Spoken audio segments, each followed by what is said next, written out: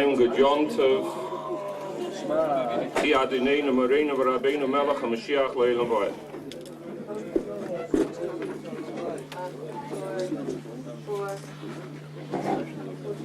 Shalom Aleichem to everybody. I'd like to welcome you all to the 8th European Moshiach Congress. And without further ado, I'd like to call upon Rabbi Ephraim Rifkin, Shliach of the Rebbe Melech HaMashiach in London, one of the Askoni, one of the ones who taka go out, Cholatekiv, Suras HaGeula V'Agoyel, that he should come up and he should say the Rebbe's Kapitel, which you will find on the inside cover of the special issue of In Touch. And I would ask you all to stand up while the Tehillim is being said. Rabbi Rifkin.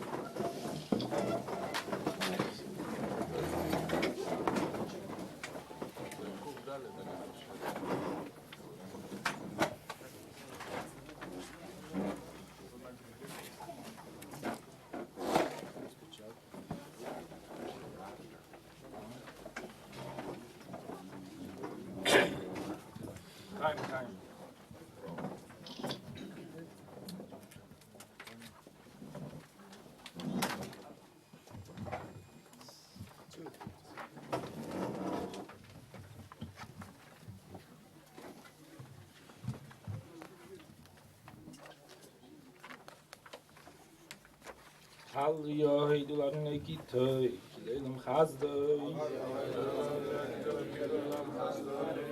Miyam al Guris Adonai, Yashmiya Koti Losoi. Hashem Mishpat Isis Cholei. Hashem Mishpat Isis Cholei. Zocheina Nevitzin Amecha, V'Tini Mishuasecha. Zocheina Nevitzin Amecha, V'Tini Mishuasecha. Mirz b'tevis b'chirecha, l'smich b'simchas k'yecha, l'shalu v'nachal Lirot tzavad b'chirecha, l'smach b'simchas k'yecha, l'italu v'nachalatecha. Chatanu ma'aviseinu, avinu yirshanu. Chatanu ma'avoteinu, avinu yirshanu. Havasinu m'mitzrayim l'yiskilu n'pleisecha, l'yizocher, l'seif chazadecha, v'ayamnu al yom b'yamsu. Vodenu m'mitzrayim l'yiskilu n'pleisecha, l'zachol et chazadecha, v'yam b'yamsu. Vayishim man shmoy l'dias kurosay. Vayigar b'yamsu vayechra vayilichem bathemis kamidbar.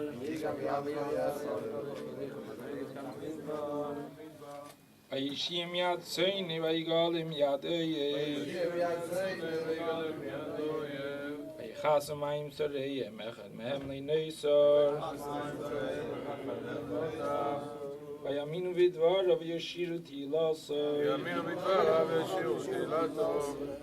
Miyaru shachu ma'asa v'leichiku la'atzoso.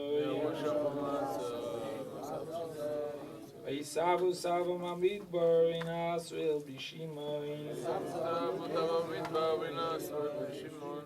Vayiden lehem shelos v'yishalach rozim b'nafsho. Vayiden lehem shelos v'yishalach rozim b'nafsho. Vayikanu l'meishu b'machne la'alim k'dei shalinoi. Vayikanu l'meishu b'machne la'alim k'dei shalinoi. Tiftach eretz v'tivados v'tachas al adas aviro. Tiftach eretz v'tivladata v'tachas al adas aviro. V'tivar ish v'ados l'havet l'ayt l'shoyi. V'tivar ish v'ados l'havet l'ayt l'shoyi. Yasu yigim v'yishtach l'masecha. Yasu b'choreb v'yishtach l'masecha. Vayumiru es kvedum b'savnis she'echel eiseh. Vayumiru es kvedum b'savnis she'echel eiseh. Shahu el Meshiach, Meisrigdei, Leisbi Mitzrayim. Niflois beretz cham, Neirois al Yamsu. Vayim el Ashmid, Amru l'Meish v'chirei, Amad ba'peres, Lefanal, L'Ash v'chamosim hashchis.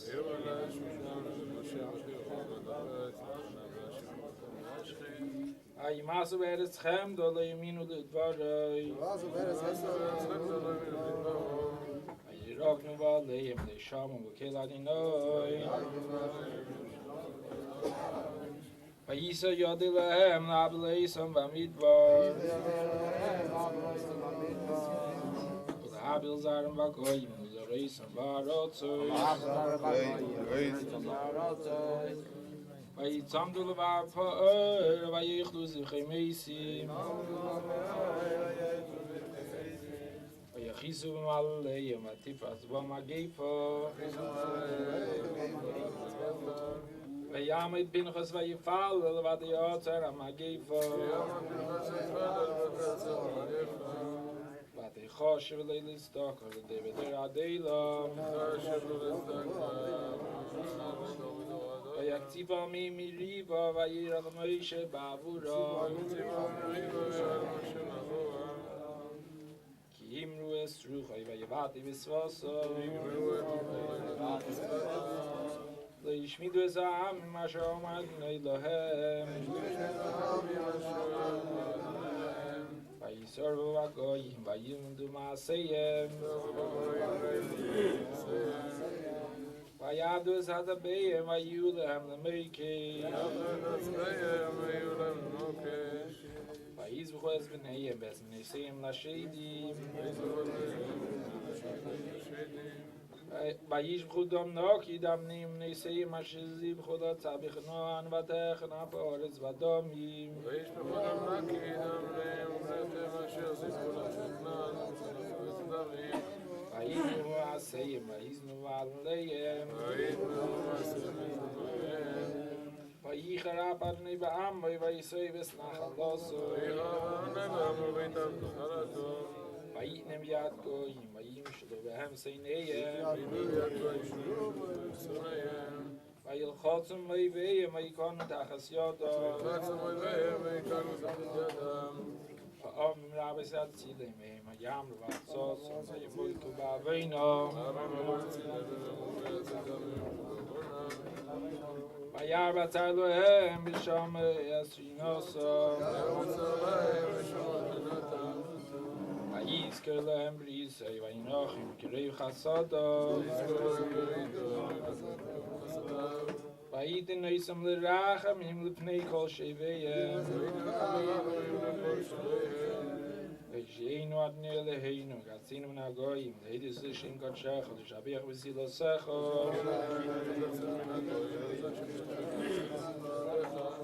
Baruch Adonai Elohei Yisrael min ha'olam, ad ha'olam, lama kol ha'am amen, hallelujah. Baruch Adonai Yisrael min ha'olam, ad ha'olam, Chi Adonenu v'leinu Rabbeinu Melech Moshiach le'olam v'oed. Chi Adonenu v'leinu Rabbeinu Melech Moshiach le'olam v'oed. Chi Adonenu Morenu v'Rabbeinu Melech HaMashiach le'olam v'oed. Chi Adonenu v'leinu Rabbeinu Melech Moshiach le'olam v'oed. Chi Adonenu Morenu v'Rabbeinu Melech HaMashiach le'olam v'oed.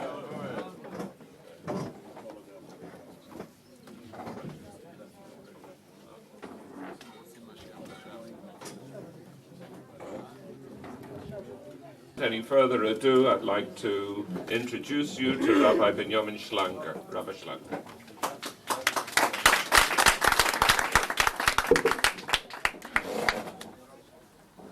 Good Yontif, everybody.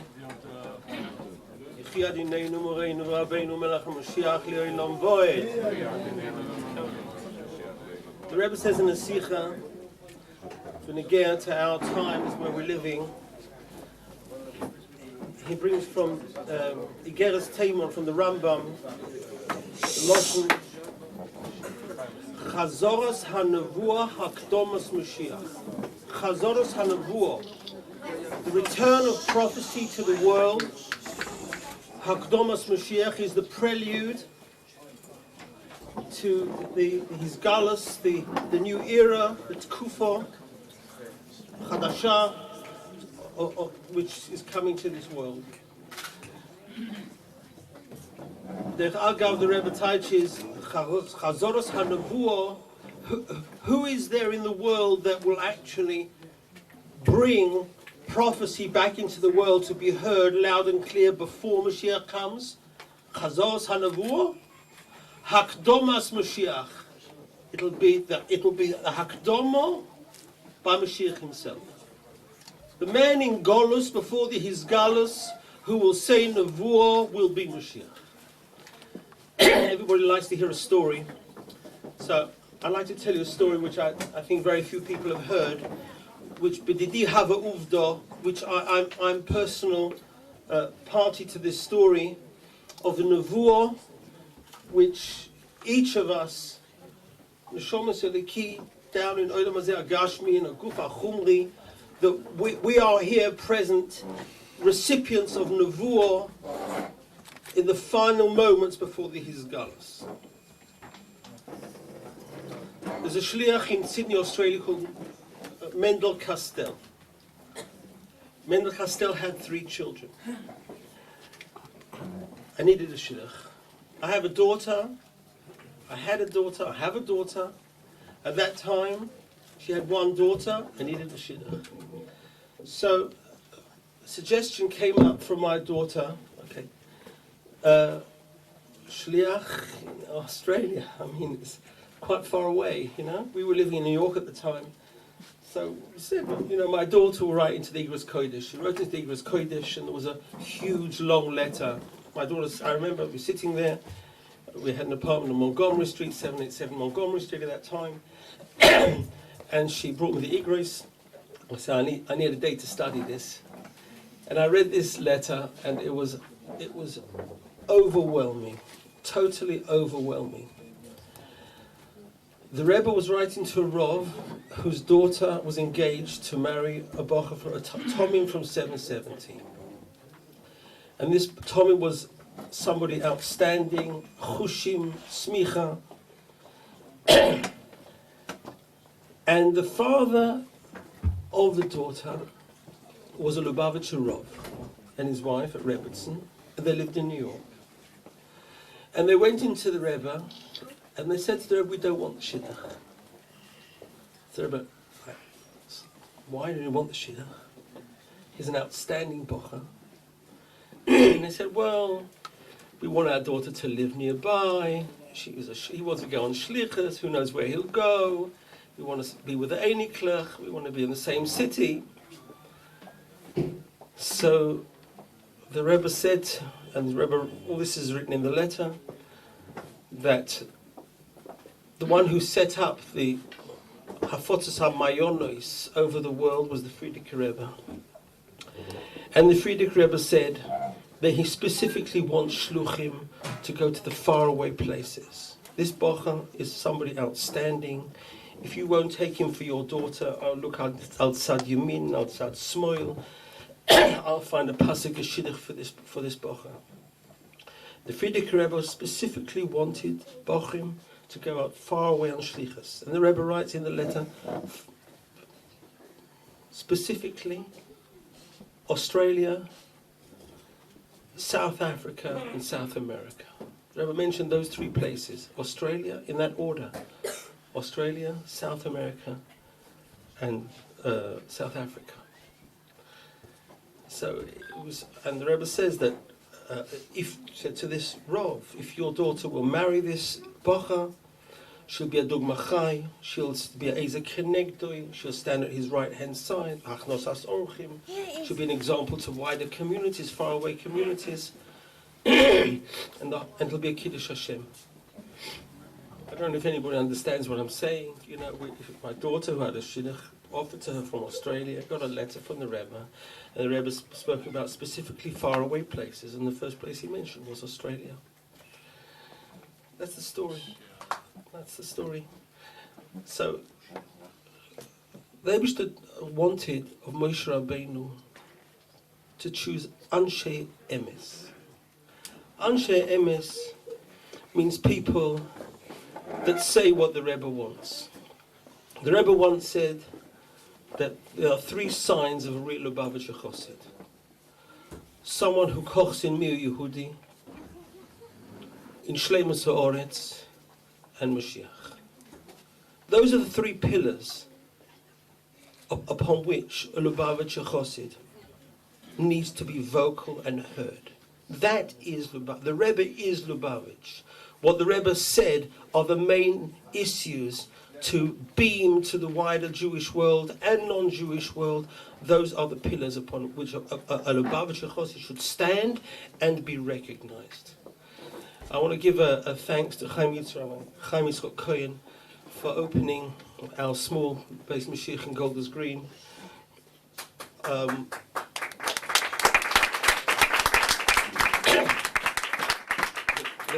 Rebbe once said that the Shluchim of England should change England, which in Yiddish means a very, very narrow-minded country, to change that into Great Britain.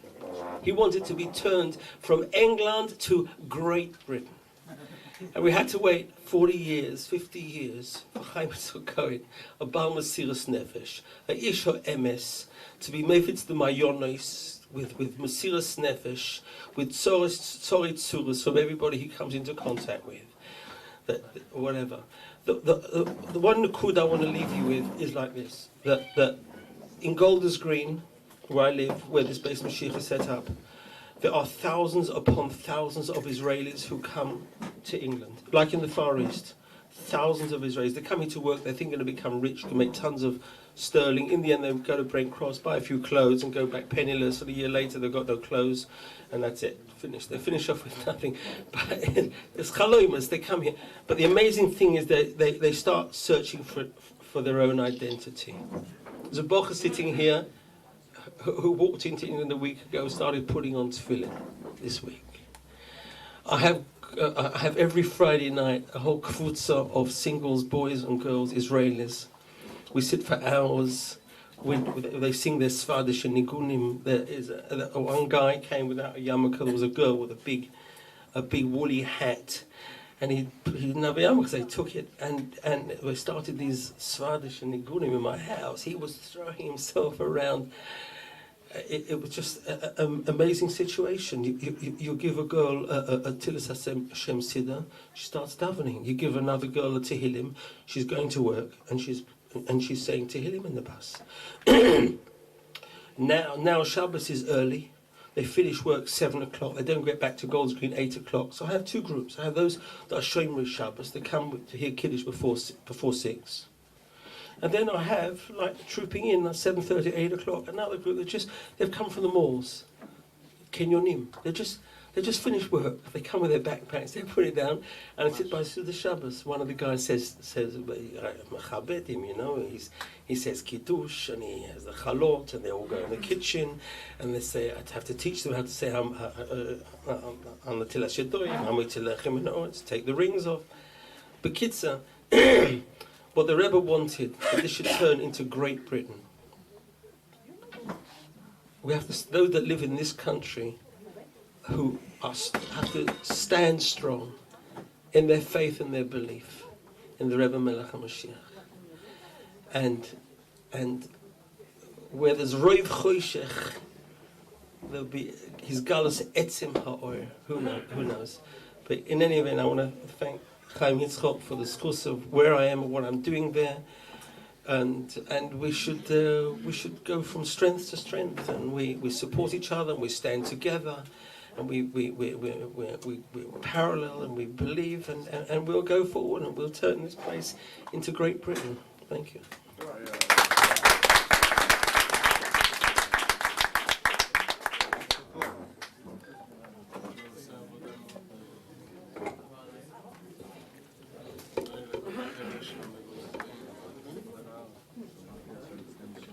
Agresi Yeshkoyach, Rabbi Schlanger, for your very warm words. Devorim Hayotzim min halev. We are zoiche this evening to have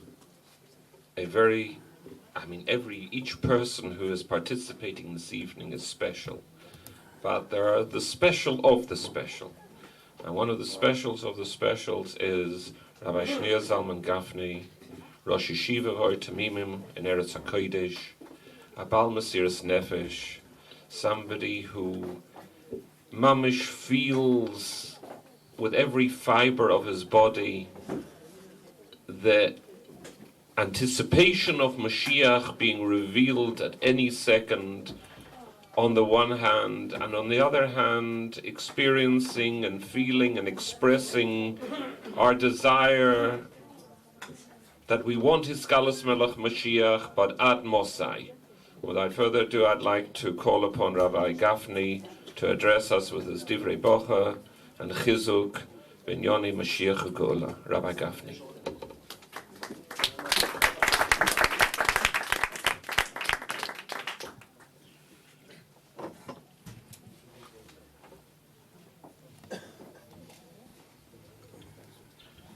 Chaim. Jonte, Shana Teva, Tichotsevu, Seichotsevu. Amen.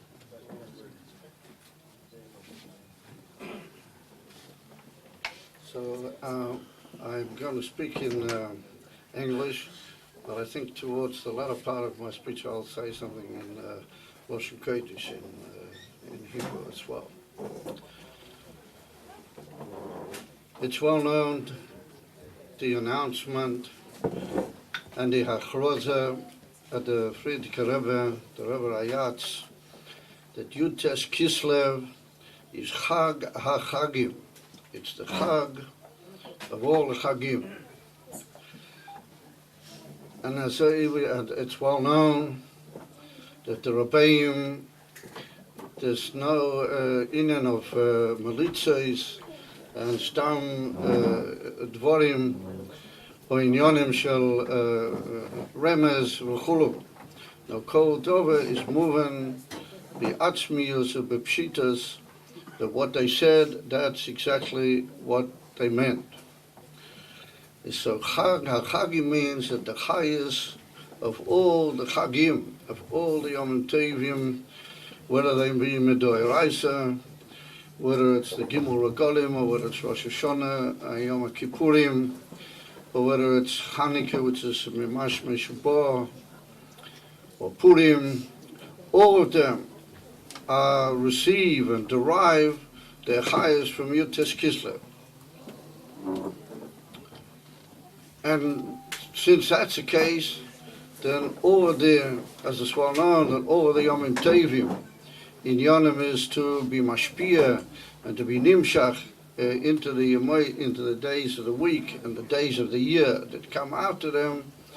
So that means that the pastors, the whole chayas of a yid, the whole yemois hashana, all the days of the year, mamish, and all the minutes of the year, all the regoim of the year stem and derive and are nimshach from Yud Tes Kislev. So I asked the Shaila, time a boy, what is the Indian? And we find that his father, the Rebbe Rashab, Nishma Seyeden, in his famous Miktov, what he wrote in the year Tov Reish Samach Beis, what Le'izitam, he wasn't at that time able to be in Lubavitch with the Hasidim, and he wrote the famous letter in which he said that Korev Hadova Leima, it's a possible and proper and close thing to say that Yutes Kislev is the Rosh Hashanah L'Chasidus. And he added over there that B'yom Seh is Nishlema Tachlis HaKavona Ho'elakis B'brias V'Savas Kol Ho'elamet. And Nesuf L'Seh B'yom Seh Oyer v'chayis nafshenu nitan lanu. That the oyer and the chayis, what is well known the difference between oyer v'chayis and Drushi Achsidus. That oyer is the Indian, the gilui ha'atzmi from the moya, how it remains in an even from gilui ha'moya, that's Indian of makiv, and the Indian from chayis is already the chayis ha'atz nimshach and mislabish in the ever ha'odam. But Eir of Chayis means Sai in the Makibim of our Nefesh. Sai in the higher in Yonim than Nefesh Ruch Neshama. And B is in the Etzim HaNeshama Mamish, and it's well known the words of the Rebbe Malkeinu Meshichenu, or the Rebbe in the famous Sikha from Rosh Chodesh Kislev. But the Rebbe said that the Inyan of a Chosid, B'Yomeinu Eile, is that Etzem Chayusei has to be melubish in the Indian from European Moshiach Geula. and in the Indian von Havos, Moshiach B'Poel Mamish. What it's the bitui, the Loshen Etzem Hachayus, but that's indicatory of the very essence of the man, where he is, and by what's halter, and what is behemoth, he's a chiza in the Indian von Chayim B'Zeh Ho'elam. And it's higher than the Indian von Chayim B'Etzem Kiyadua, the whole beer was and that's Derech Hagav, what I once heard from my Mashpia. That's Derech Hagav, the beer and the Sipur, what happened with the Alter Rebbe when he was in prison. And they came in the Sarah Dosses from the Russian government, the Minister for Religion. He came in to be Boydek and to be Oymed al Tivay from the Balatanya, from the Alter Rebbe. And it's well known that he prepared himself a kasha. He was supposed to have been an authority in Jewish inyanim, and he was a Yodea Dova in the Talmud, and he prepared himself a shaila, and he came into the Alter Rebbe and said, "Over Mefursam." The Sipur is the Sipur Mefursam, and he said to the Alter Rebbe that after the Chet Eitzadah said, "Odam v'chavo v'nichboim b'teich hagan and v'Elokim v'avai Elokim mishalech l'ruach hayim b'teich hagan." And so the Eibusha said to Odam, he said to him, Yerko, where are you? And Rashi says that the Eibusha asked him, where are you? He was Poiseach. B'dibur, he gave a pesicha b'dibur k'dei shaloi yibohel, that he shouldn't be nivhal from all of a sudden having to face the Eibusha and adin v'cheshbon with the Eibusha. That was b'dera pesicha v'chulu. So the Saradosus, he said to the Alter Rebbe, don't tell me that. He said, I already know that. I know that's what's written in your great commentator called Rashi. But he said, I want to hear what you say.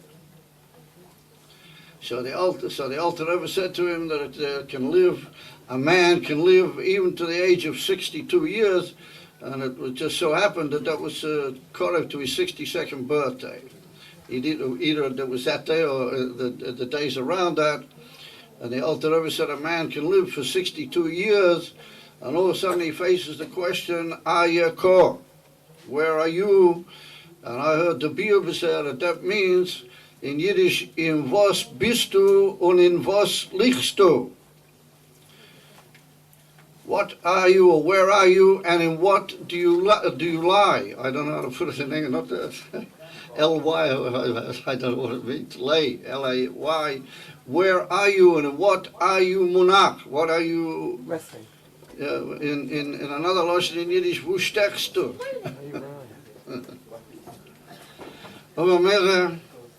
That's the Pshat Yerko.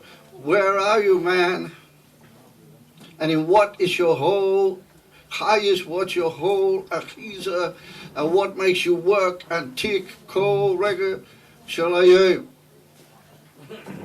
And that's the Pshat Ayako. And that's what the Alter Rebbe said. And he was never the same man after that when he heard that the Saradoses. But can you do the ganze Arichas? That was poil on him a Hazoza Atzmis, but the ganze, the whole Arichas says it's well known. Etzem Machayis. What Etzem Machayis is not Chai Be'etzem. Chai Be'etzem is a Madrege in Naran, albeit a high Madrege in Naran. But Etzem Machayis, that's where are you, in was liegst du, and in was steckst du? What is your tick? Your tick-tock? Kol Hayim Kulei. That's what it is, that the Oyer V'chayis, Nafsheinu Nitan Lana B'Yutes Kislev, that's the day where we have to go into the challenge and the drisha. What is my etzem? Where am I really? And what do I tick b'meshech the whole day? And with that brief introduction, I will understand another piskom mefursam by the Hasidim, and that is that Hasidim without a Rebbe can't be. There's no such thing as Hasidim without a Rebbe. Over the other way around, there's also no such thing as a Rebbe without Hasidim. And the Bekitzorah, what does that mean? That you can't have Hasidim, there can't be Hasidim without a Rebbe, because the whole Indian of Hasidus in that particular generation, and that particular Zman, and that, even more than that, in that particular Indian in Zman, in that particular period and moment in Zman, the whole Indian of Pnimis HaTorah, bees in the Indian from Etzem HaChayes Sheba Pnimis HaTorah. It's all brought down and nimshach, and it all comes to us, each and every one of us, through the Nasi and through the Rebbe Sheba Isa Hazman and Isa Hador. A Chosid without a Rebbe can't be. He's a, how do you call it? He's a elevated individual, a searching individual, but no more. Without a Rebbe, there's no such thing as a Chosid. Of a leader, Kisa, the Rebbe without the Hasidim also is not a Rebbe. Albeit an unbelievable leader and a great man, but a Rebbe is only when there are Hasidim. And the Hasidim are those who are Mesiras Nefesh, who are Pashtas, that they get the work done and they bring about the Kavanah and the immediate Inyan of the leader, the Nasi, Sheba Isa Hador. It's all brought down into Poyal Mamish through the Mesiras Nefesh of the Hasidim.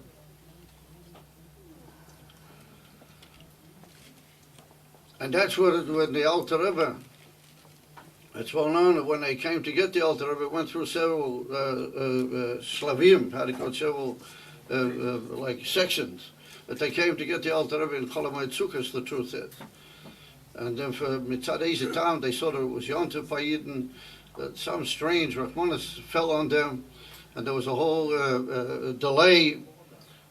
And the main officer left, but he left his representatives behind. Well, the whole reason, then later, after B'Yisrael Chak, the officer came back, and that's when they decided, the night before, when the officer and the representatives were all draying around inside the town, is the famous Chassid, Shmuel Monkis, what everybody's heard of him, I don't doubt. As he came to the Alter Rebbe's door, and he knocked on the Lodden, how do you call it, on the tris, on the door knocker. How do you say, like on door knocker? Yeah, blinds. I knocked on the blinds, and the Alter Rebbe had a little sort of a door that the Alter Rebbe opened, like a little sort of door that he could look out and see who was there. And so after an interesting exchange, in which Reb Shmuel Monkis identified himself by calling himself Shmuel, as the Alter Rebbe said that Shmuel, he said, what do you think, I should go with them or I shouldn't? And so Reb Shmuel Monkis said, what is the question? So the Alter Rebbe said, it's a sakonis nefashos. It's a inyan from Pikuach Nefesh with sakonis nefashos. So Reb Shmuel Monkis, the real Lashon is really quite sharp, and we'll say it over be'erach how it was.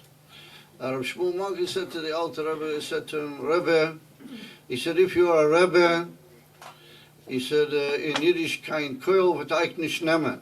There's a bullet that's not going to affect you. It's not going to even if it hits you, it's not going to affect you in any way. He said, if you are a Rebbe, ein makom l'chshash klal. And he said, listen, if you're not a Rebbe, the truth of the matter is that Rabbi Shmuel Monkis said, Kum taicha koil. He said, due to you a bullet. But the way it's given over in the latter generations is that sharp part of it is taken out. And what he meant to say to the Rebbe was that if you're not a Rebbe, then how come you did what you did, and you took away the whole time and the whole tooth time from Olam Hazeh, from so many thousands of people that they called you Hasidim. In other words, that a Chassid is that he's lost his tooth time in this world. And what is it a pshat that he lost the tooth time in this world? because the whole Inyan of our Rebbe, with the Chassid, means that you give away the whole Inyan of your Tuf Tam. You don't have any in your whole Inyan, as Rav Shmuel Monkis later. It's years later, he was walking with some Chassidim outside the Alter Rebbe's house.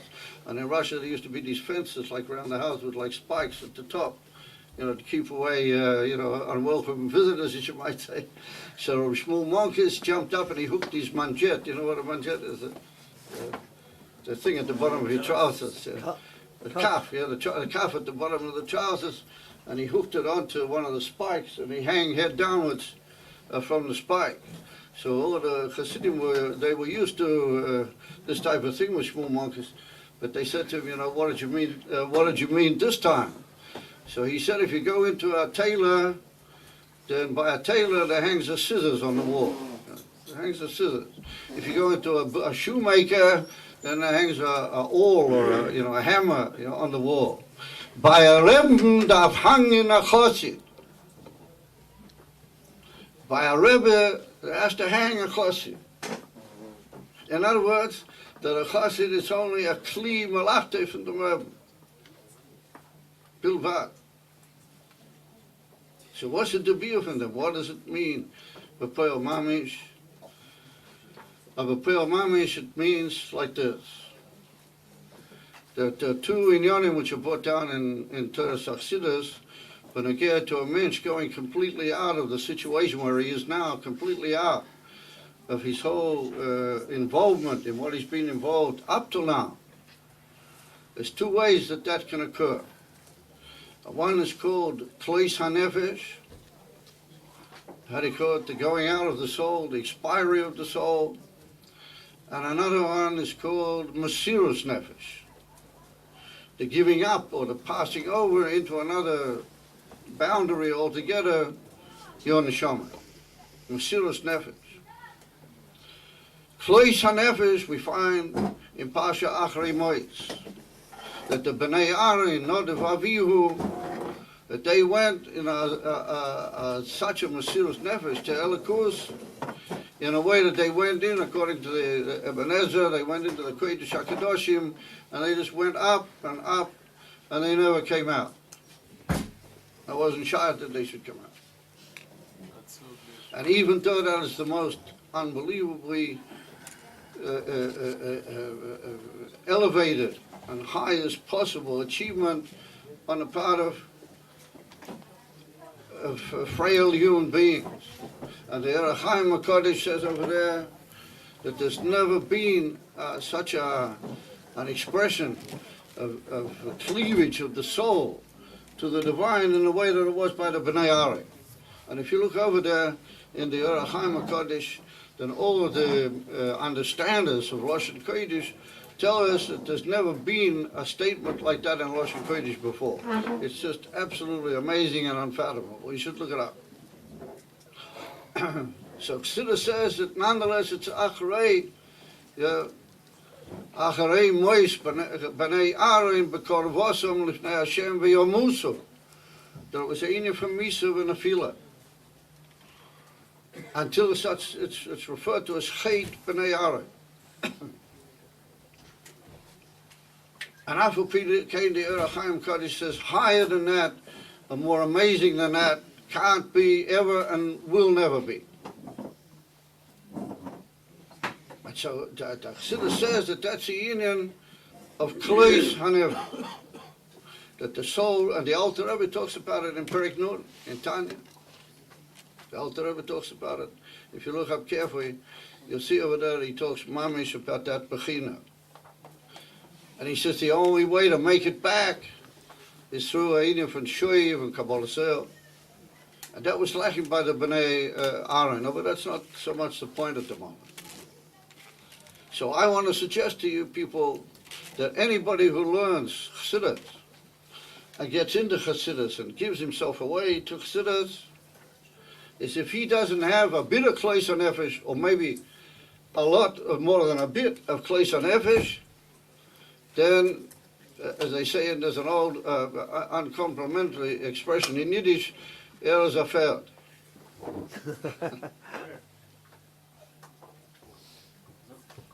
In other words, it means he's a horse. In other words, Kleis and Evish, we all have to have it. We learn to it takes you up and you just want to leave all the shtusim, vavolim, and the whole business of Zeh Ho'ilam. And that's what Chassidus does to you. But the same Chassidus says that that's not enough. That's not it, and that's not the Tachlis. That's not the Inyan. That's not an Inyan of a Chassid. That's not what a Chassid is. That's an elevated person that he likes in Yonim and Ruchniya. A Chassid is Masirus Nefesh. What Masirus Nefesh means, you take your Nefesh and you give it away to the Rebbe. And therefore the word Masira in Lashon Kodesh means opgeben in Yiddish. To give over, to take something and give it over entirely out of your reshus. That you're no longer in your own life whatsoever. And you give yourself away entirely, and you moisten yourself lagamre. And you're no longer interested in what is your unbelievable and rightful geschmack, but you're interested in what is the tachlis hakavona, and what do we want, and what has to be, and what's muzay, what's darf sein, what has to be and what should be. And you give it through the Nasi Hadoya, and through the Moshiach of the Doyer, you give away your nefesh, and that's the difference between the Bnei Aaron and Pinchas. It's brought down in Drush Chassidus. The Pinchas L'chera did the same thing. He went on Masirus Davish Ad Kleis HaNefesh against a huge tribe of 24,000 people, with a Nasi of the same Shevet, with the whole Richas HaInyan, and yet nonetheless the Zohar Kodesh says, the Zohar Kodesh says that Pinchas was Metake Nodav Avihu. That at the moment that he went into the tent where his intention was to carry out the sentence against Zimri, Ben Solo and Chosvi Pastum at the whole Ariches, at that particular moment there was Mishlabshi by Nafshis Nodev Avihu, and he was mataking them particular Sholim V'Gomor, as is written in the Zohar Kodesh. So everybody asked, how come he was attacking them? He did the same thing as what they did. He just went out, for place of nevis, he didn't reckon with anything. They went out, for place of nevis, they also didn't reckon with anything. Is Ma'ahev have dealt by me Yibadel, the union of Pinchas for the Bnei Aaron. So it's a maimah from the Rebbe Marash in Tofreish Koftez, where the Rebbe Marash asked his Shaila, and I once, the first time I ever went to the Rebbe, I went through Paris and I had the chus to meet with the famous Mashpir of Nissen Nemanov, Rabbi Sholom. Yes. And I had the great chus to sit with him and Fabring and talk about Inyanim. And in the middle, I took out that Maimah, Dukat Be'isha Hazman, I was in that sefer. I took out the Maimah and I asked him, how does he understand? It's very easy to understand the question of the answer given by the Rebbe Marash is somewhat tantalizing. I asked him what was his biur. That's what happened when I went Reb Nissen Nemanov, Shalom. Reb Nissen said that the way I remember it, he said that the difference was that Emes Pinchas went in and even that he knew it was going to be a fatal deal. And Mamela, he was prepared for giving away his soul, absolutely. It's bedimion to Kleis HaNefesh.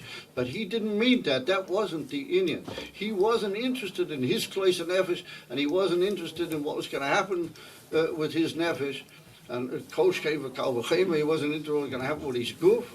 He was interested only in one thing, Ulachaper or Bnei Yisrael, that there should be a union from Tikur and Kapara Lamata, and it should stop the whole Magefa, and should stop all the Inyanim, and it should be Toiv, Anira, Vanigla Lamata, Vapashtas, Loyal, Kol Yisrael, Ad Sof Kol Ateris Mami. That's what he was concerned about by Yisrael. That's what the Rebbe Marash says, is a Hevdil Otzum Beinoy Beinayhem. And on the day, his unbelievable action, he was matachim, matikun gomer, shalim, as is written by Richas Saloshan of the Zohar Kodesh. That's the union. The union what a Rebbe has to have Hasidim. They have to be mentioned such people. They have to be Baalei Masir, not Kleisen Nefesh.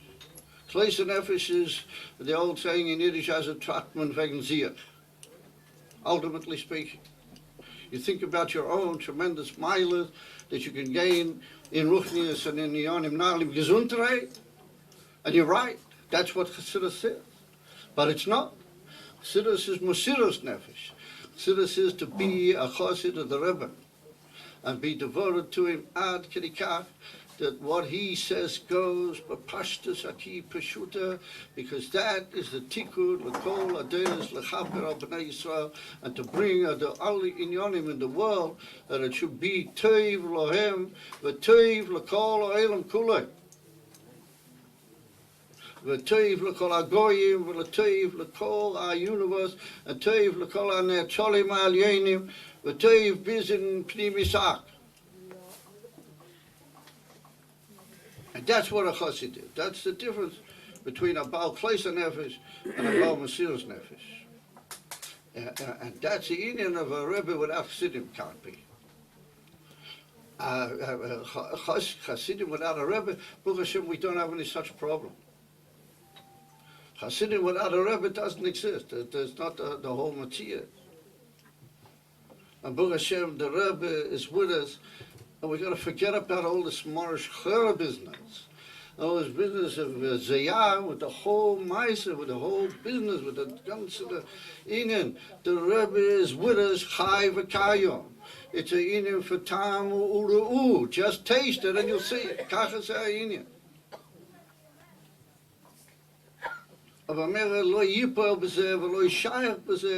It's not Shayach b'zeh kol Sofik, it's a Inyan for Tam U'Ru'u. Live it that way, and live in the Igros Kodesh, and live with all the Inyanim from the Rebbe, and he's there, mamish b'poyah. Aber b'poyah, b'li kol shinui. I'm not in favor of these who say, oh, now that it's b'chutz l'kli, therefore it's much higher and it's much easier. That's not the pshat. The pshat is that the Rebbe is there in the kli, in the al Inyanim, and l'mayla me'akelim, b'isi harega, b'isi ha'oifen, just like he was, kol azman, it's one Inyan ad ashor. And for all those who learned the Inyanim know that that's the Inyan of Melech Moshiach B'lavach. Of Amelech Baruch Hashem, ein lach shoish l'shum Inyan. And we have to talk in an even for an openness. There's a famous Drush from the Rebbe Rashab, but everybody sometimes spoke a bit of fun of me, the old Talmidim. I always have to quote the Rebbe Rashab. What can I do? I have a very big geschmack in the works of the Rebbe Rashab. And when I was very young in my career, I was zeicher, somehow or another, the Eibster brought B'ashkoche Pratius that I met up when I was even when I was a chassan, before the chassan, I met up with the B'nai Bracha Rov, Zeicher Tzadik L'Bracha, Rab Yankov Landa, Zeicher Tzadik L'Bracha. And he was makarev me with the Zakiru. I can't understand to this day what he was up to, why he took me so seriously. Anyway, that's what happened. And I became very, very close to him, and he told me all sorts of things. He was Mamish Arov in the household of the Rebbe Rashab. And he told me all sorts of things that I don't know if a lot of people have heard, a lot of what I was able to hear. And therefore, I'm a little bit, taken by those Inyanim. Rightfully so. At least I imagine so. However, there's a famous drush from the Rebbe Rashab where he makes a difference in Katointi, Mikol Achsodim, and Mikol Ha'emes. He makes a difference between Emes and Emes La'mitoi. And we find the Lashon in our sages. We find sometimes Emes and we find sometimes Emes La'mitoi. And in Perek Yud Gimel, the Alter Rebbe also draws a difference, which is Me'ein Tzeh. And he says that Emes is mamish gewaldig, as they say. It has no limitations. Into the netzolim ho'elyonim, and even into Pnim Yisak, as we mentioned before. all those in Yonah Kamuvan are Madregas are Emes. But he said, since Sof Kol Sof, they're only Giluyim and they're only Ha'ores from a much higher union, but this is Atzmas, therefore they're only Emes. Aber Emes Lamite is Rach Batzlusi is Bar. Rach Inyonim Ka'ele Shedvuchim Batzlusi is Bar. Das is Emes Lamite. In other words, it's a Emes She'ein Lese Kol Hakbolis Klau Klau. Kiyadua, the union van Emes is not the Hepech of Sheker.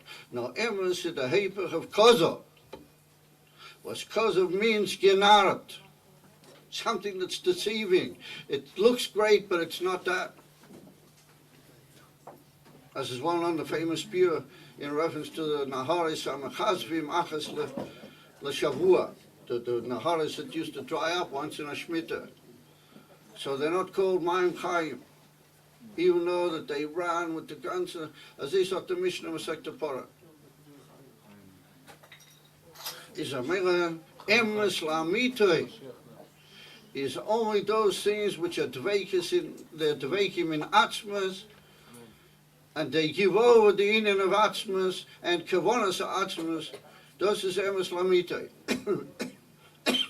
And at the end of that particular drush, well, the Rebbe says over there a mind-boggling thing, and I think it's a thing that needs to be given over here in Ir Bossi from London, and it needs to be given over everywhere. And the Rebbe, it's well known, the unbelievable Hadgosha that we heard, Keseda from the Rebbe Melech HaMashiach, Al Yaivosh Min Hamaligim.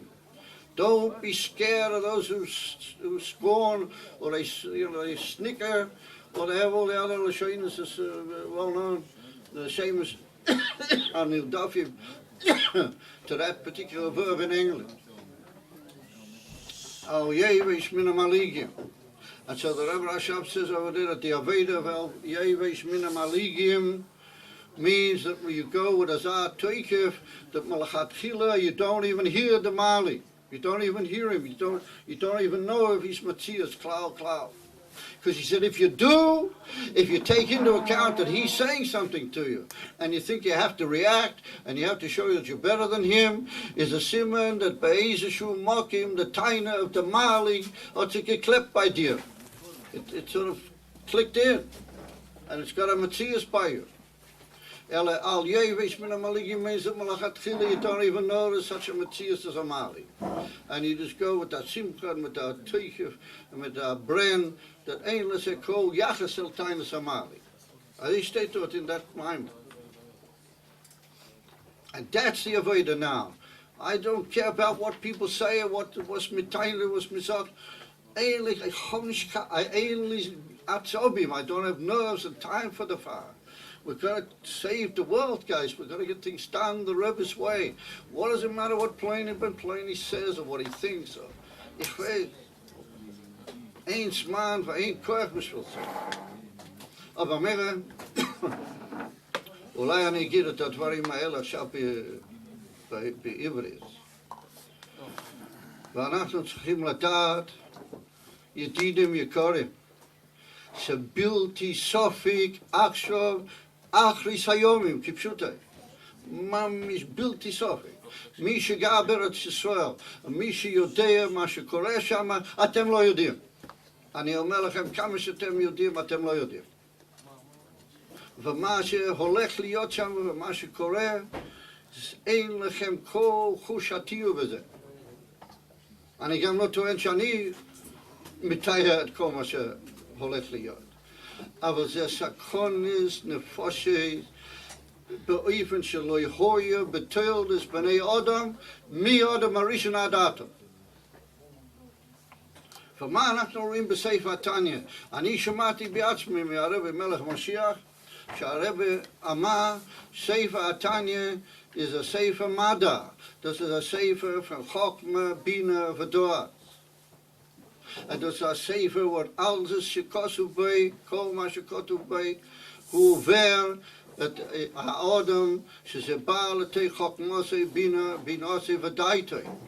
ואף על פי כן, בדף האחרון, שהבני המחבר וכל הקדושה שהיה בזה, שהם סידרו את ספר התניא בכל 4 חלקים שבו, the last blot, it's got written in brackets, Gewalt, Gewalt.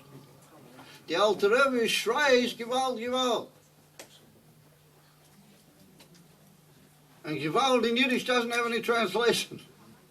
It means Gewalt. That's what it means. But not once. Gewalt, Gewalt. So what are we doing? We're all sitting around, we light up another cigar, we schlaft, we get the ganze Lebavit schlaft. Und man liegt in Dvorim schon Mabeka. Und in Machleikes, und in Stuss, und in Katnes, was ich will nicht sagen, bei Rosh Hashanah Dvorim, Shaloi B'Shvachim, Shal Eze Mishu Mitzvah, come over and Pasha. But we gotta talk in a Hamish way. We have to צריכים לדעת איפה עומדים ובמה מדובר. אבל המצב הוא גוואלד, גוואלד. וזה מדובר עכשיו. ולמה אני כל כך שמח וכל כך אני מעריך את מה שחיים יצחק עושה. ואצל חסידים לא זורקים קומפלימנטים. אבל אתם צריכים לדעת את מי יש לכם פה בכיסא הזה משמאלי.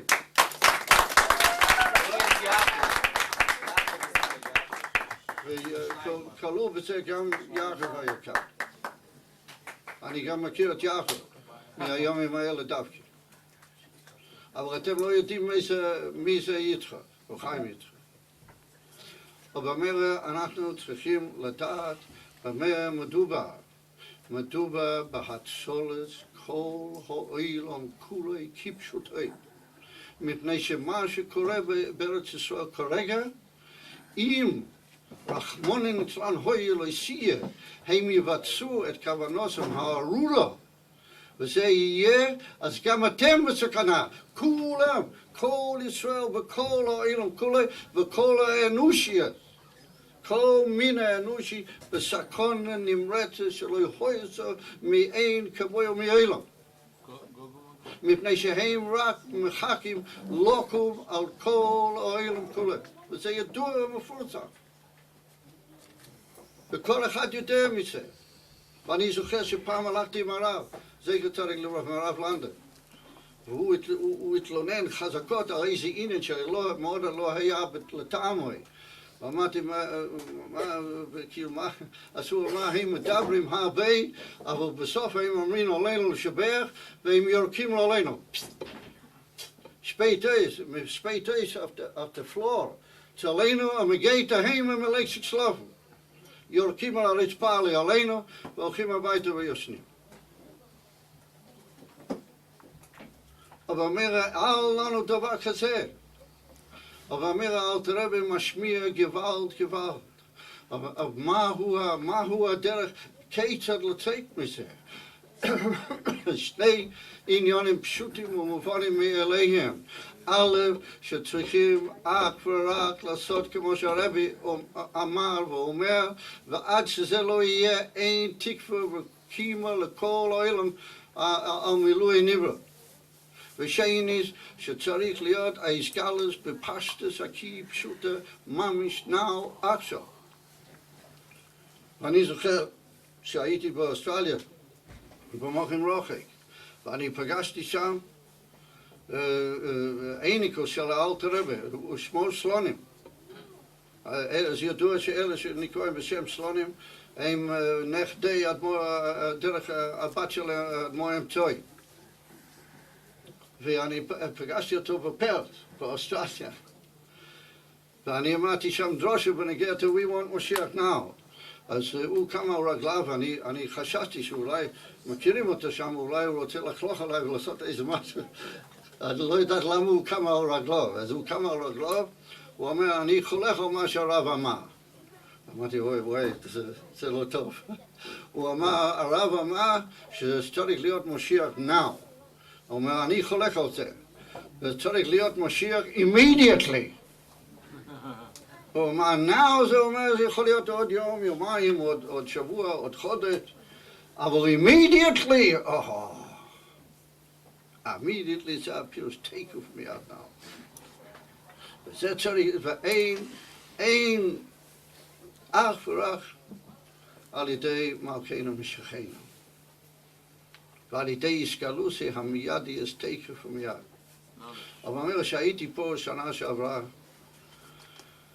אני הייתי בטוח שזה הקונגרס השביעי, the 7th Congress, או המשיח הקונגרס, הייתי בטוח שאני פוגש את חיים יצחק ואת כולכם בירושלים, תוך זמן קוצר מהיר.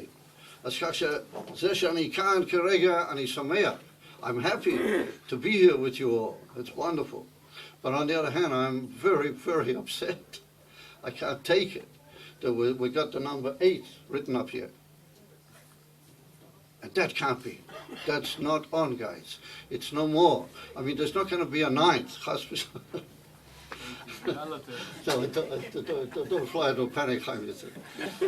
There's not going to be a 9 because we can't afford it. We got to go further. That's our gewalt. When I was here last year, I came out with a statement, and I still hold by it. I came out with a statement that we've got to start talking everywhere. We don't have any money. We don't have, and even those who think they have the money, they end up quarreling about it, or who knows. Everybody knows what happened in Eretz Yisrael. I mean, even those who do have the money end up getting into some sort of, I don't know. But we don't have money. We don't have organization. I was talking with one of the guys about getting onto the internet. The Mishiachistim are not organized yet. I mean, they're wonderful people, and I love them, but they're just not organized yet. What do we do? So I said that what we got to do is go out and talk. And believe me, I've been Mekayim what I said. Everywhere I go, I open my mouth, I speak. And Baruch Hashem, I live in a city with a lot of people to speak to. All from Yidden and Bnei Brak. But it's a peli niflo, such wonderful, unbelievable Talmidei Chachomim, with the medactic, bechol, dor, mamish, bediktuche, bediktuche shel Torah, shel kedusha, ad chut asayra, mamish, bechol. But they're just out of it. They don't know. They don't have any leadership in the union of Moshiach. And I go around with my little badge. I wear my Moshiach badge in Bnei Brak. I go into the mikveh. I don't know if I had a shower the other day. Maybe you shouldn't go into the mikveh with it. That's my Moshiach is a holy word. But anyway, I go into the mikveh with my Moshiach badge. So sometimes furniture guys and other people stop me, and they say, what do you want with this? What is it? And so I tell them, and I talk with them, and people react. I didn't get one punch on the nose yet. I didn't get any black eyes. Chas v'sholom. Nothing happened. And Baruch Hashem, all I get, the least of all the reactions that I get is, no. That's the least reaction I get. But usually people say, yo, enachanami, yo, takya, Mashiach, enachanami, Mashiach's will come and takya, yo, I think that's the type of people wake up all of a sudden, the nitzitz of Moshiach. Rav Nachum Chernobyl is famous with it. The Rebbe built so much on it. The whole conscious in Yonishal Teres Achsidus is built on that Indian to a certain extent. But now I want to add something, guys. I've come out with a new motto now. And we've got to go to the Eibishter now. We've got to go to Avinu Shebashamayim. And we've got to say, listen here, we are your children. We're not going to let you rest. From now on, we're just going to keep hacking away at you, and we're not going to let you rest. Afilu l'rega echad, afilu l'shniya achad. So where did I get that from? I got it from the Rebbe Melech HaMashiach. There was once Asora B'Tevis. I think it was Asora B'Tevis or Yud Zayin Thomas in the Divrei Kavushim. I heard it on the Shidur in Eretz Yisrael. And it's brought down over there in the Sliches. What you should realize, Derech Hagav, that the Talmidei of Baal Shem Tov, all the way through to our Rebbeim, were not tremendously anxious to say Sliches, even on the tiniest, even on the Abba tiniest. Only in late Elul, before Rosh Hashanah, then they said Slichas and Oivim from Lechatchila. But I know from a Meiser once where the Rebbe Rashab was in, I know once again also from an elder Chassid, about Samcha, that he visited the Alter Rebbe, upon him, one of his family, visited the Rebbe Rashab when he was in Dacha, and it was Shiva also Batamas, and he started saying Slichas, and the Rebbe said, I gave him a look, and the Rebbe Rashab said, Kilo, like that, it was Slichas, Kilo. Mamish Kizay. Whether, I don't know which he said. I think it's in Yud Zayim Thomas or in a sort of a Tavis. There's a Lashon there, which is actually a Lashon. It's built on a Lashon in a Pasik. Well, it's written Al Titein Domi Loi. Don't let him rest. Don't give him a moment where he should be able to be quiet for a second. And the Rebbe spoke about it, that particular Divrei Kevushim, and the Rebbe said, for that we see that there's an Indian, Nish Lozen, der eeuwigste Manucha.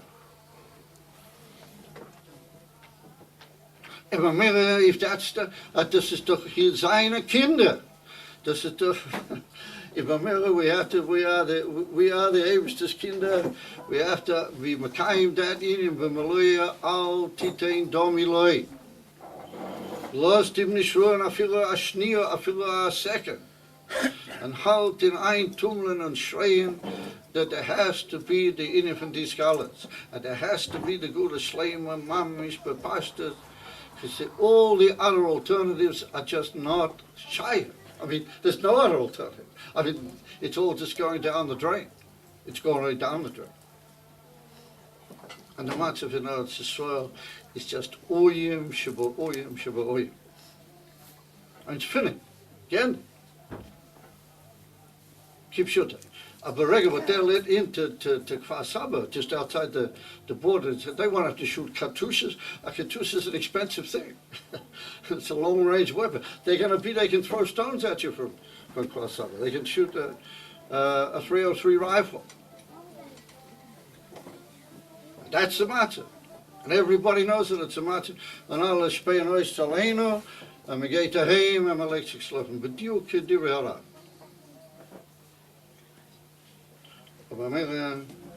The day in which Chayes Nafsheinu Nitan Lanu.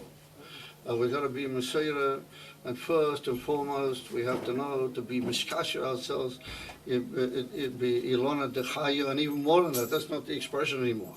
In the Rebbe Malkeinu Mishachenu, and to give over your whole self, your whole nefesh, your etzem Chaya, until the Rebbe said, and a lot of the Mishachistim are right, that when you wake up first thing in the morning, there has to be discussions in Melech HaMashiach. Mamish afilu lifnei moide ani. Ko eik shuhu moide ani is a inifant certain giluim mitzad the nefesh. That discussions in Melech HaMashiach, in bizmanim elu, inyonim elu, those is the inifant etzem hachayis. That's what you are, that's what you be, Memesha Kol Hayom, and that's the Matzir. I apologize, I've already spoken much too long, and I've certainly gone much beyond whatever was meant to be my Shman Kotsu to talk. When I started off in English, I went into Hebrew, now I'm back into English. And somebody said to me, don't talk in Yiddish, but I would really like to let you guys have something in Yiddish. But anyway, so the Nakuta is, what it boils down to in one word, is to take your etzem achayis, take everything you got and everything you represent, and hach it rein in the inyan von Havos Mashiach Poyo Mamish. The Rebbe said the whole inyan now is Havos v'his galas Mashiach Poyo Mamish. Not anymore to do with being more the Gula Shleima, nothing of those inyanim. Poyo Mamish Havos, his galas, all of those inyanim Mamish Poyo. Over Yofer Shoach Eskedem is no longer that's no longer the expression. No, like that Einige from the Mittler Rebbe said immediately. So I'll leave that thought with you people. It's an hope for you. Beis Hashem, before the Farbringen for Shabbos, we'll all be in Yerushalayim, Kipshutei, and we'll all be with the Rebbe together in these fathers Rabbosias, which will be there. Just one thing. just before I close off, and that is that Be'ez Hashem, you're very close here to a lot of centers of all sorts of Yidden, Tyre Yidden and finer Yidden. We'll say, I don't want to mention all the names, Shemus HaMufurashim, B'chulu. So it's a tremendous shlichus, and it's a chuiv kodesh, and hatzolas nefoshes, and for kiyum kol ha'olam kulei, and havos Moshiach b'poel, to talk with Jingalite, and to give them to understand the message of the Rebbe, and to say a word from the Rebbe, b'derech wonders, b'derech in a way that will be attractive to them, and that's an Indian which oimed b'reim kol amaylis. The Omein Keni Hirotzen take it from Yad. So we should go and we should be on the Anani Shmaya over to Jerusalem. And I have a feeling that we'll probably drop into Chabad on the way. And I just want to add that Hashem, it's a great chizuk for me to meet so many of the Yingalite that I knew in my younger years and in their younger years in the yeshiva in Chabad. And to see them all growing up, and to see them in their inyanim, how they are today. And so Chaim Yitzchak knows very well what we do in Chabad and what the Indian is, and that every Indian is the Rebbe's Indian. Every Indian is the Rebbe's Indian. Keep shutay. Please bear in mind, in the last few seconds, that if you ever meet anybody, or you have a kesher with anybody, then please see it a proper thing and a correct thing to make a kesher with us in Chabad, and we're always not just ready is not the word. They can all tell you, they all know what it is. And one of the guys just said to me now, and that's I've heard it from all of them, hundreds and hundreds of them over the years, that those few months and those few after all, it's only a few hours. That those hours in the yeshiva, in Chabad, they were his life, and the whole his life after that is a hemshech bilvad. So be well, everybody, in Zeit Gesund, and Yechi HaMelech HaMashiach, B'Poel Mamish, and Mirchem, God willing, by Shabbos it'll already be old news that we're in Jerusalem with the Rebbe. Amen.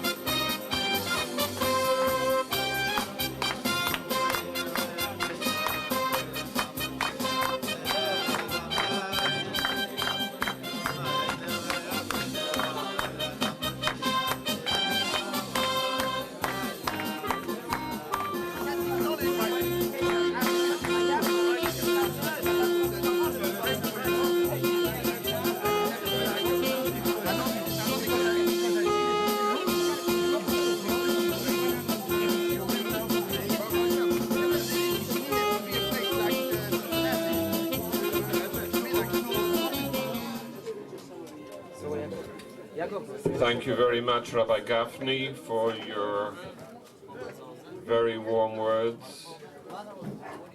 These words will definitely make a lasting impression on each and every one of us. But again, to the compliments and not compliments which were paid to certain people here, to me, Eved Avrom Anoichi, that really it shouldn't be necessary to single out people. Each one of us, each and every one of us, has the same shlichus which the Rebbe gave to each and every one. The shlichus of getting ourselves, our families, and all our surroundings ready. Lekabel Panei Moshiach Tzidkenu. That is the job today. The avoida shlichus hat geendigt, and this is the einzige avoida. That's the only avoida left, and that's the shlichus which has been given to each and every one of us. And if we do not take on that shlichus, then we are the ones who are losing out. And it shouldn't be that it should only be one or two people doing it, but everyone should do it. As the Rebbe said, Kera vel taint, and each person should make a cheshbon nefesh with themselves, whether they are really able to stand up and to face the Rebbe and to give him a duch, to give him a report of all that they have been doing, whether it's on a weekly basis or on a monthly basis. And if a person gives a duch to the Rebbe, even today when the Rebbe is not physically here with us to receive the duch, but if one still sends the duch into the Rebbe, and one sees that one ends up at the end of the week with a blank page, that there has been no accomplishments during that week, then that should give that person himself awakening that he's got to do something, and he's got to speed on, that the Takada should be the Skala Shamelech HaMashiach take of a miyad. Before calling the keynote speaker this evening, I would like to call upon Rabbi Machole Melech von Milan, Italy, who has come to the Moshiach Congress for a number of years to give over Divrei Broch or Befrat to talk about Yutes Kislev and the Alter Rebbe.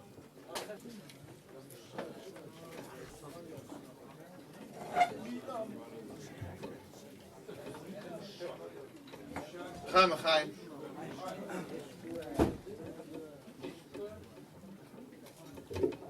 Chia the name of Rabbi Binyomin Schlanger.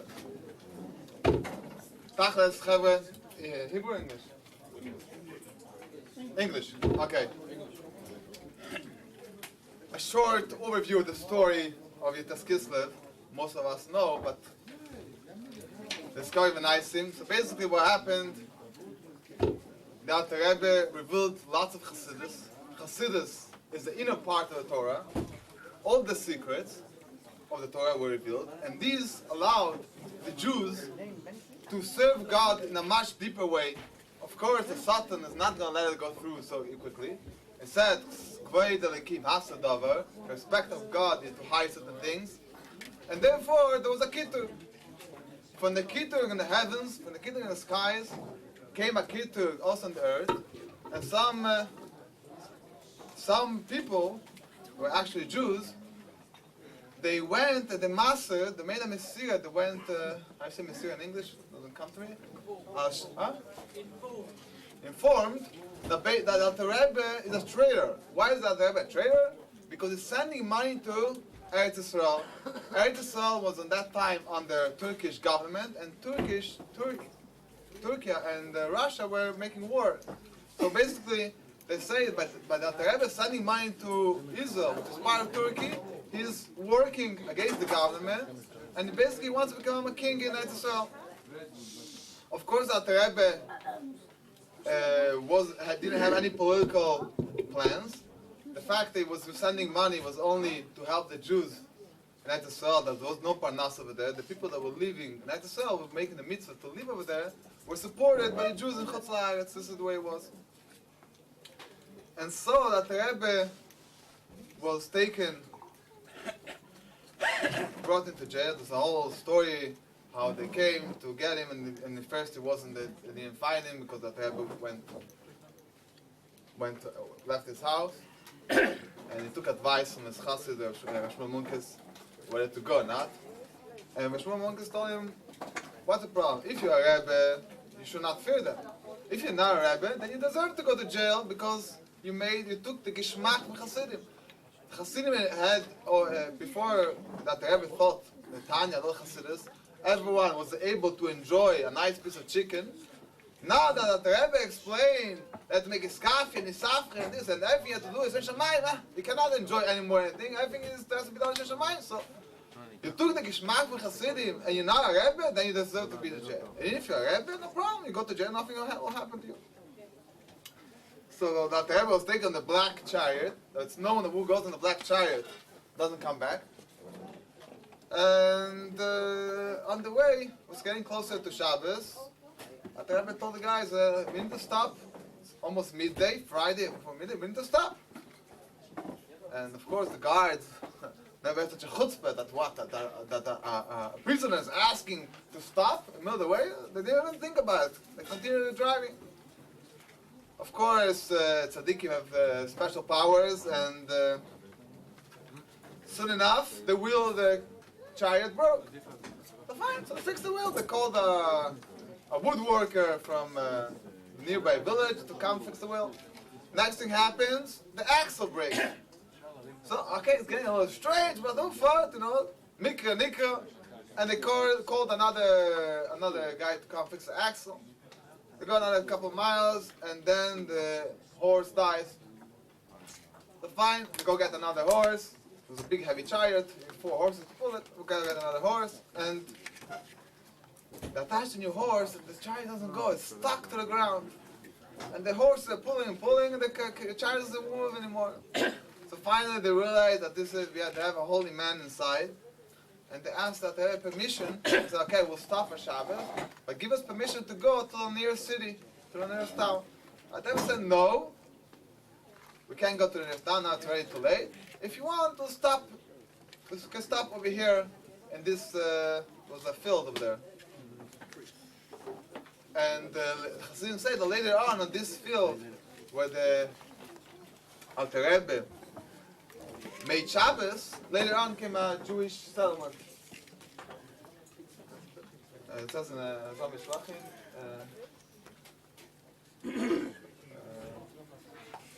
okay, no, doesn't come up. Next, that Rebbe was brought to jail.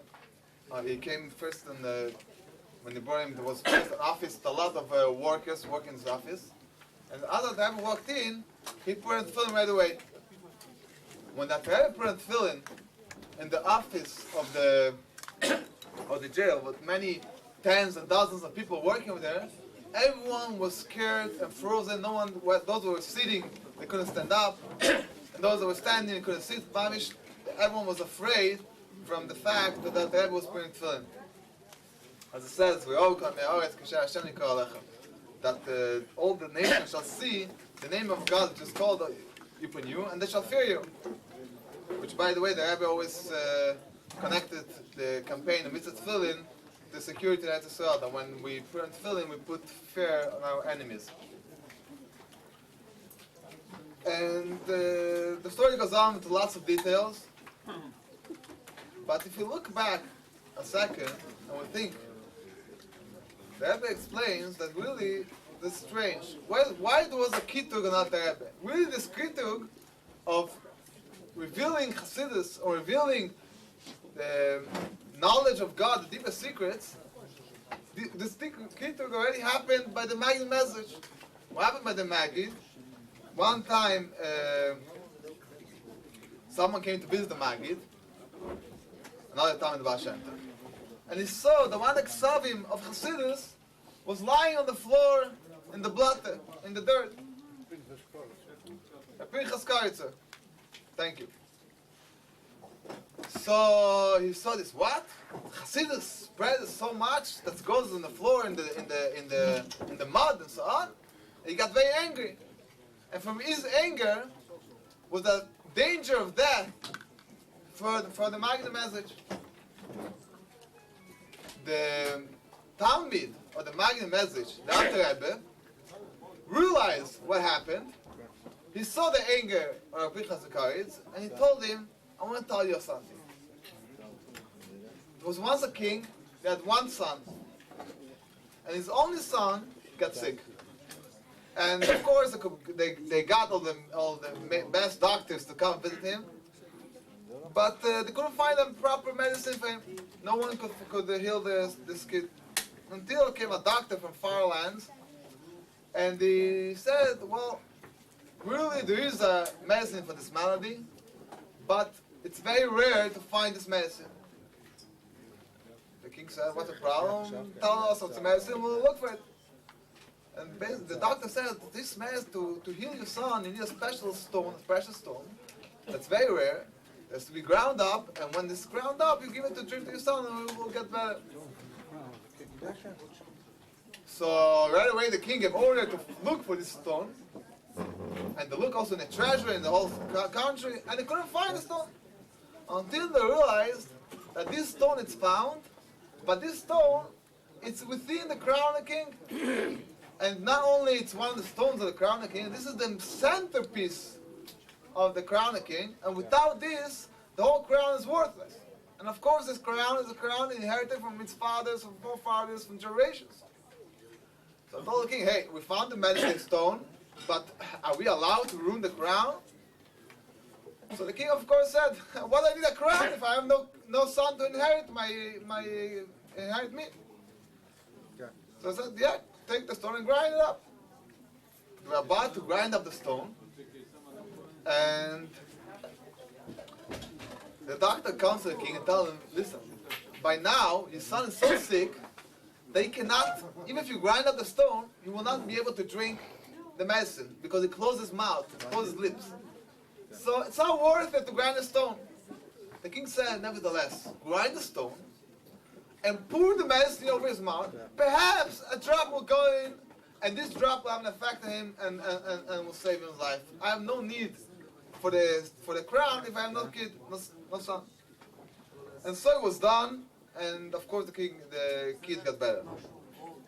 With this mashal that the Rebbe explained to Rabbi Chasmikaritz, why is the Maggid revealing Chassidus so much?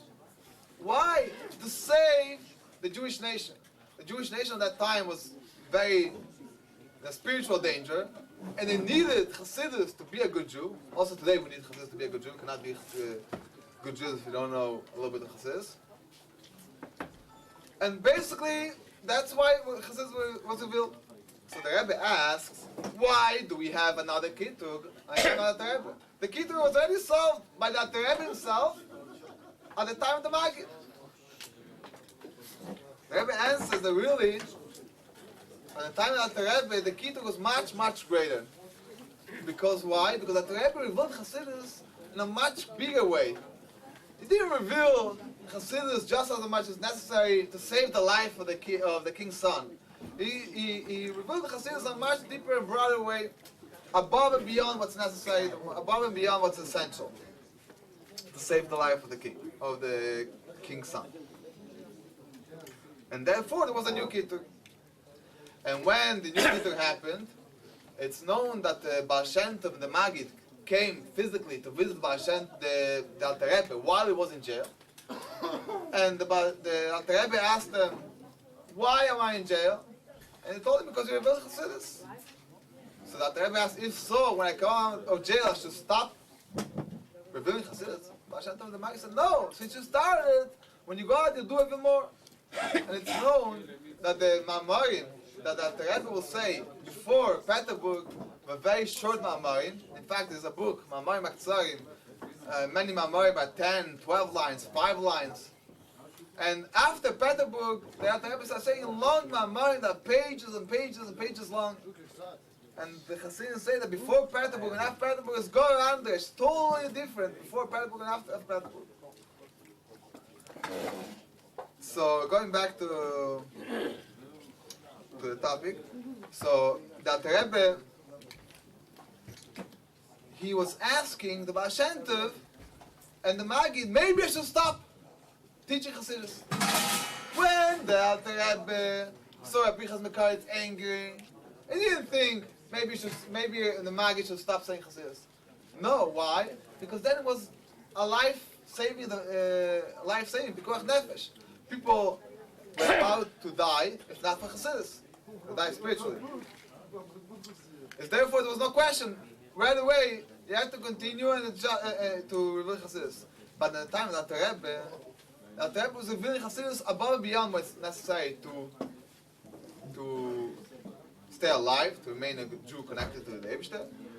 And therefore, the Rebbe asked the Baal Shem Tov if he should continue. And the Rebbe explains that the Rebbe had Mesiras Nefesh not only to save the life of the king's son, but he had Mesiras Nefesh to bring Mashiach. Because the revelation of Chassidus that the Rebbe did was such a revelation that was a preparation to the coming of Mashiach. That when Mashiach will come, it says, the earth will be full of the knowledge of God, like the water covers the sea. So basically everyone will be involved in godly knowledge. And so that the Rebbe started revealing godly knowledge to such extent that everyone could taste a little bit of the redemption, prepare himself for the redemption. So the bottom line is for us, we are Chassidim of the Rebbe. We have to also have Mesiras Nefesh to reveal Chassidus, to bring Mashiach. And this starts by us ourselves learning Chassidus in such a way, because Veshinamta Levanecha you can only teach after you learn to self. So I suggest that every one of us shall take up Achlata today to make a Shir Tanya with one other guy, to teach someone that doesn't know Tanya yet, to teach him a little bit of Tanya, and both parties will gain, because when you start teaching Tanya to someone else, you really understand the real meaning of Chassidus in a much deeper way. You'll gain from it more than the guy you're teaching. I could say from experience for myself that although I went to yeshiva in Techat Mimim all my life, but I only started appreciating the Tanya only after I went to Shrichas and I started giving classes to Chabad, and I had to prepare for the class to teach Tanya class. I had to prepare beforehand, and during the class I teach it, and whoa, comes up with a whole different chiddush, much more deeper, much more understanding, much more effect on our life. That beforehand, yes, Tanya is a nice thing, but perhaps a little bit out of reach. Who thinks become a baby needs a reality? Once you start learning it and teaching it to someone else, you can see this is Karib Alecho, close to you, Hadar Meid, very close to you. Beficha, in your mouth, Bevavcha, in your heart, you're able to do it, if you only try. So I will not take any more time. I really came here to hear Rabbi Kalmanson. I will not take any more of your precious time, and just let's try to really learn Chassidus in a deep way, learn Chassidus in a way that actually we consider it as a Mesiras Nefesh to bring Mashiach, just like the Alter Rebbe was Mesiras Nefesh to reveal Chassidus to bring Mashiach. We should also be Mesiras Nefesh to learn Chassidus and teach Chassidus in order to bring Mashiach. Amen. Zachaim L'chaim.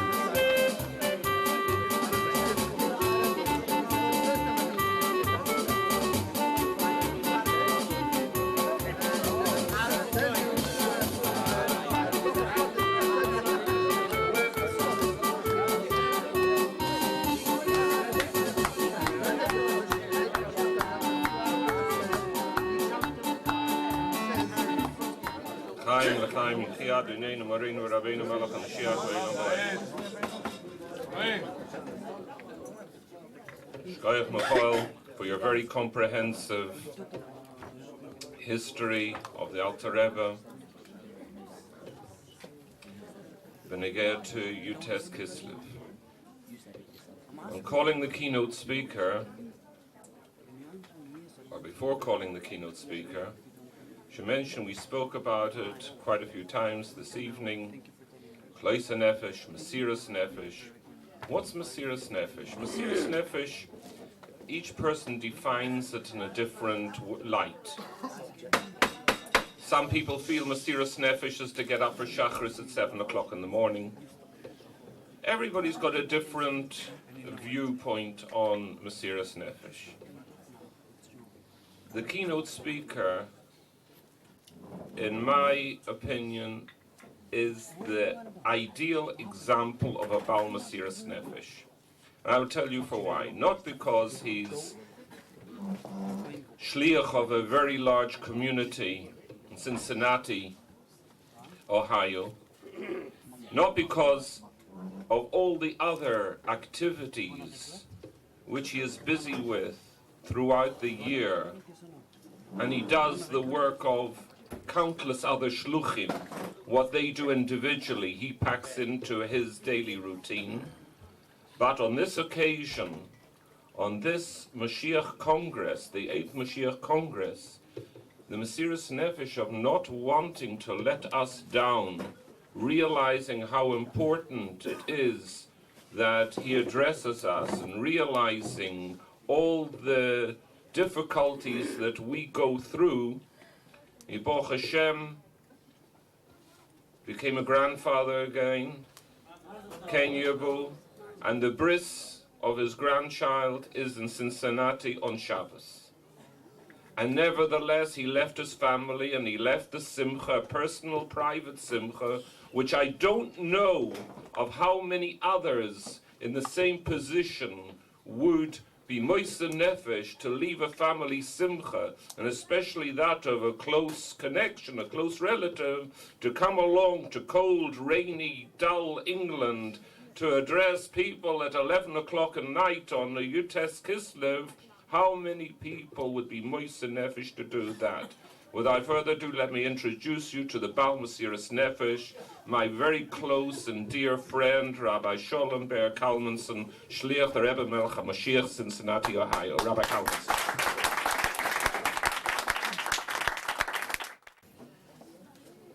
Chaim l'chaim, v'chi adineinu marinu Rabbeinu Melech HaMashiach le'olam v'ad l'chaim.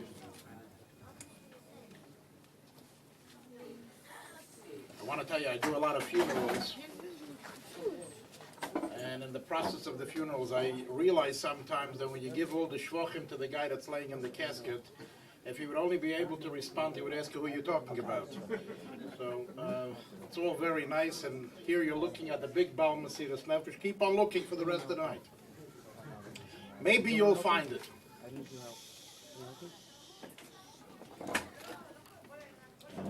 Since we're here together for Yutes Chof Kislev, and it's not a sheer coincidence that the gathering takes place tonight as opposed to last night, as it was in many other places. So obviously, as Chassidim, we should start with the Lashon HaTova, B'limud HaChassidus, U'Bedakei HaChassidus, Tikoseva V'Sichosema.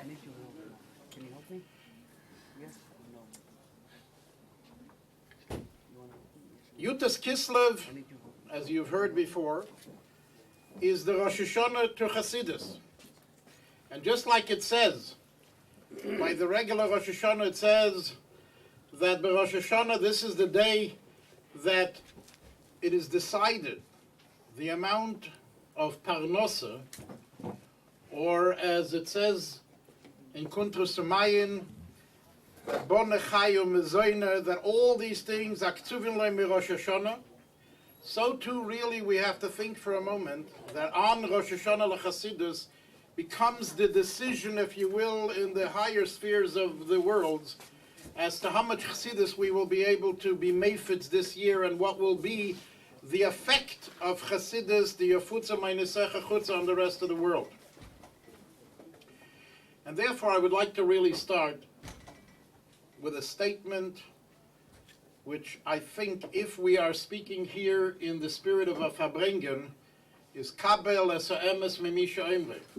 I know that Chaim Yitzchak says ich magroisa bal Mesiras Nefesh, and all this is fine and dandy, but I really would like to say again, Kabel es ha'emes mimisha emre. It doesn't make a difference who I am and what I am, but if this is something that the Rebbe said, if this is something that we became the Chassidim of the Rebbe, and we become the Chayolim of the Rebbe, the soldiers of the Rebbe, to disseminate, then please, Kabel es ha'emes mimisha emre, and don't look at the faces to who's passing you the message.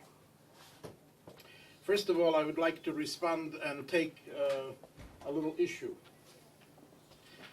In the papers in the United States, if you read about Rabbi Kalmanson, he's known as a controversial figure. So I really want to correct something that Reb Zalman made before, not in his own name, but Reb Zalman made a comment of immediately versus now. And I want to point out that there's ganz in the sichos of the Rebbe why the word now. And the Rebbe says that now means this second. And it is even more impactful than the word immediately. So Sheralke is a fine voil as a chosid zoktazoi, but the Rebbe says as now is really, and this is why the Rebbe says why we're using the word now even in English, although this is Loshen Luazi. It's not Yiddish and it's not Loshen Kodesh, and still we're using that is because there is really no expression anywhere in another language that impacts the word this second now as does the word now.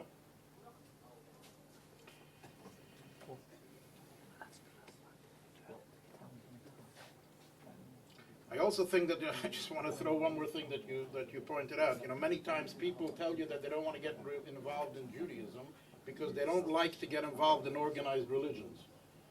And one thing you can assure them that Lubavitch is not organized religion, that's for sure.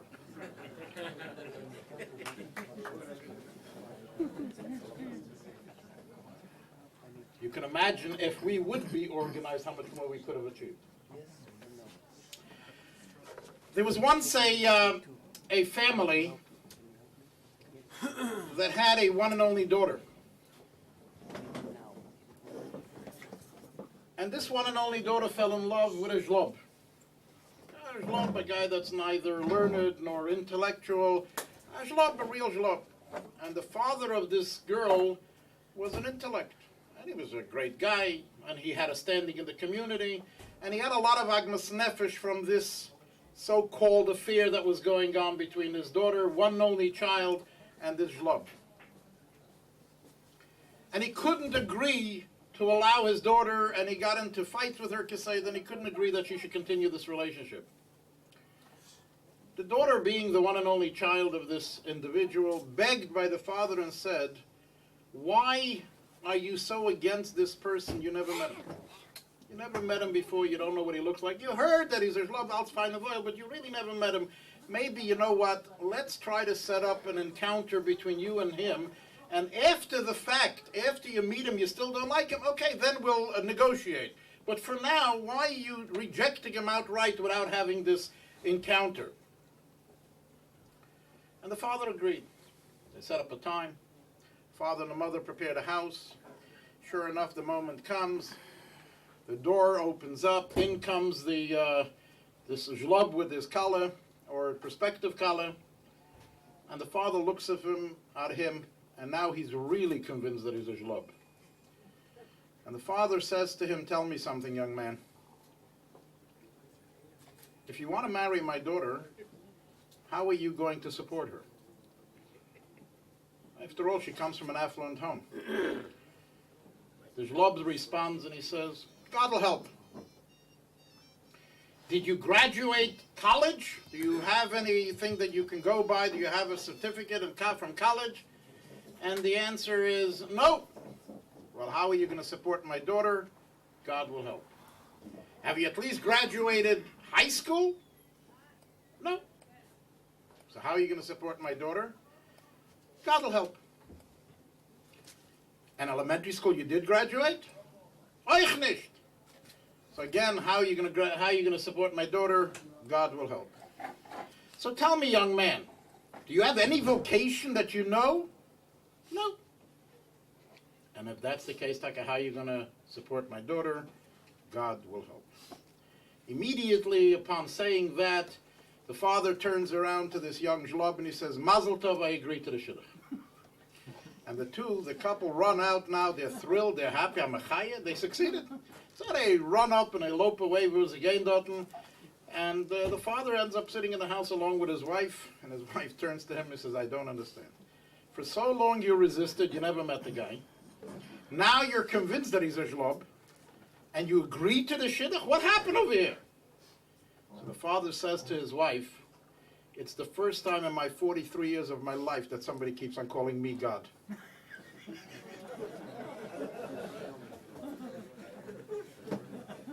The trouble with us today, that we live in a time, it is tak Aschalta de Geula, as the Rebbe himself said, that Gimel Tammuz became the concept of Aschalta de Geula, unlike for many years when the Rebbe fought this concept.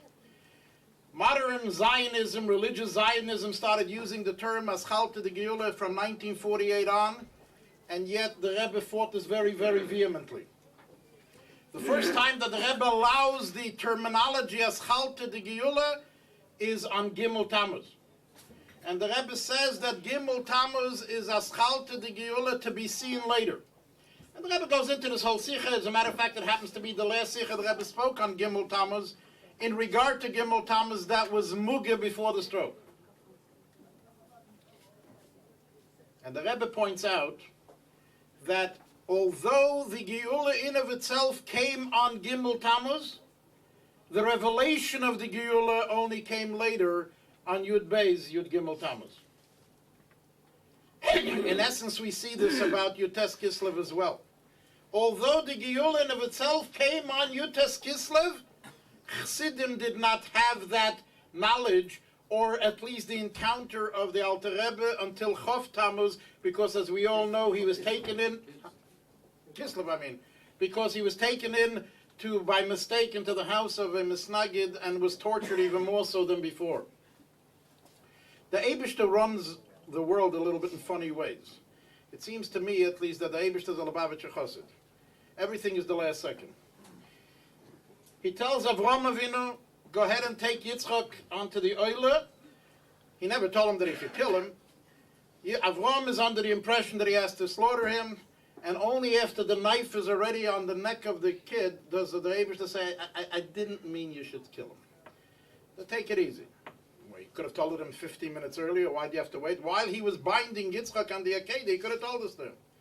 Nope, he waited until the knife was already on it. Then he finally tells him, you know something, nicht das hab ich gemeint.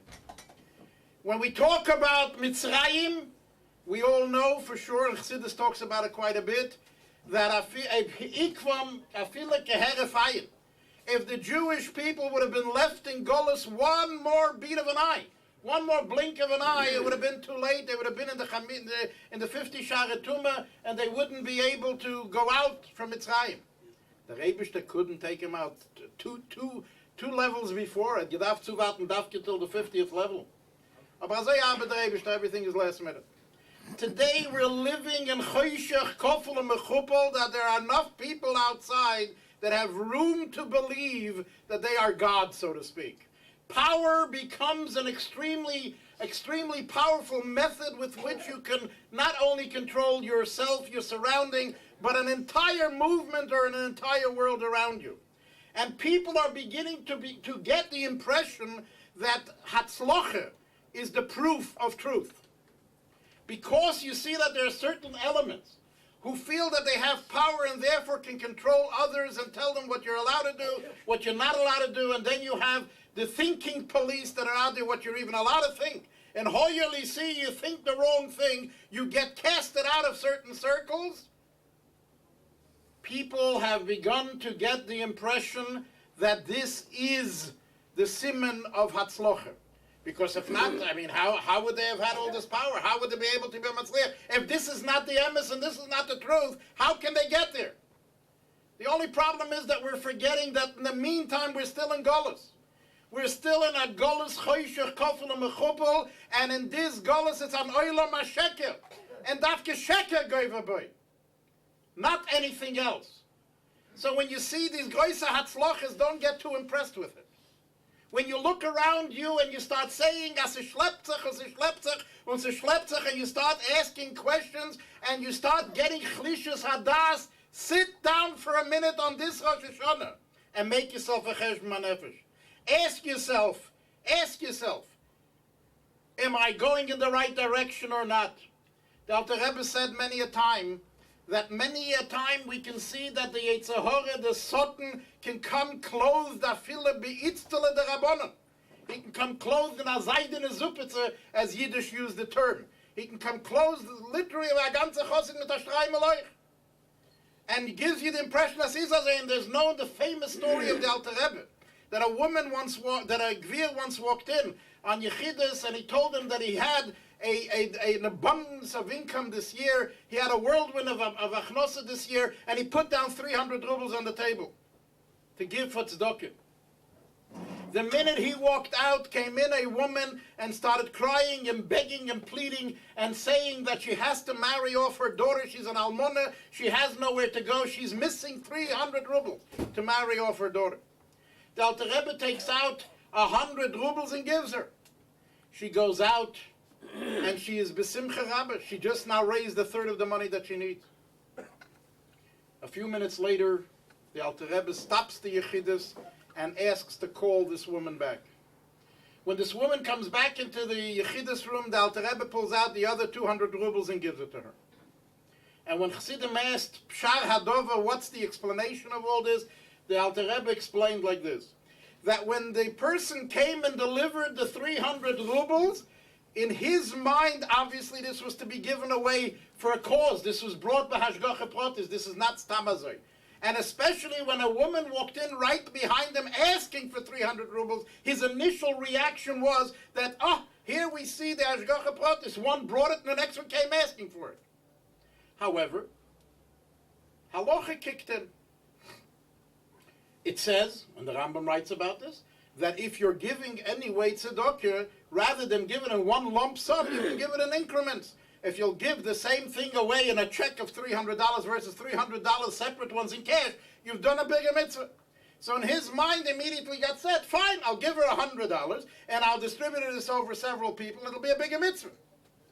But then the Alter Rebbe says, I thought about it. And I realized that this was Atzas HaYetzer.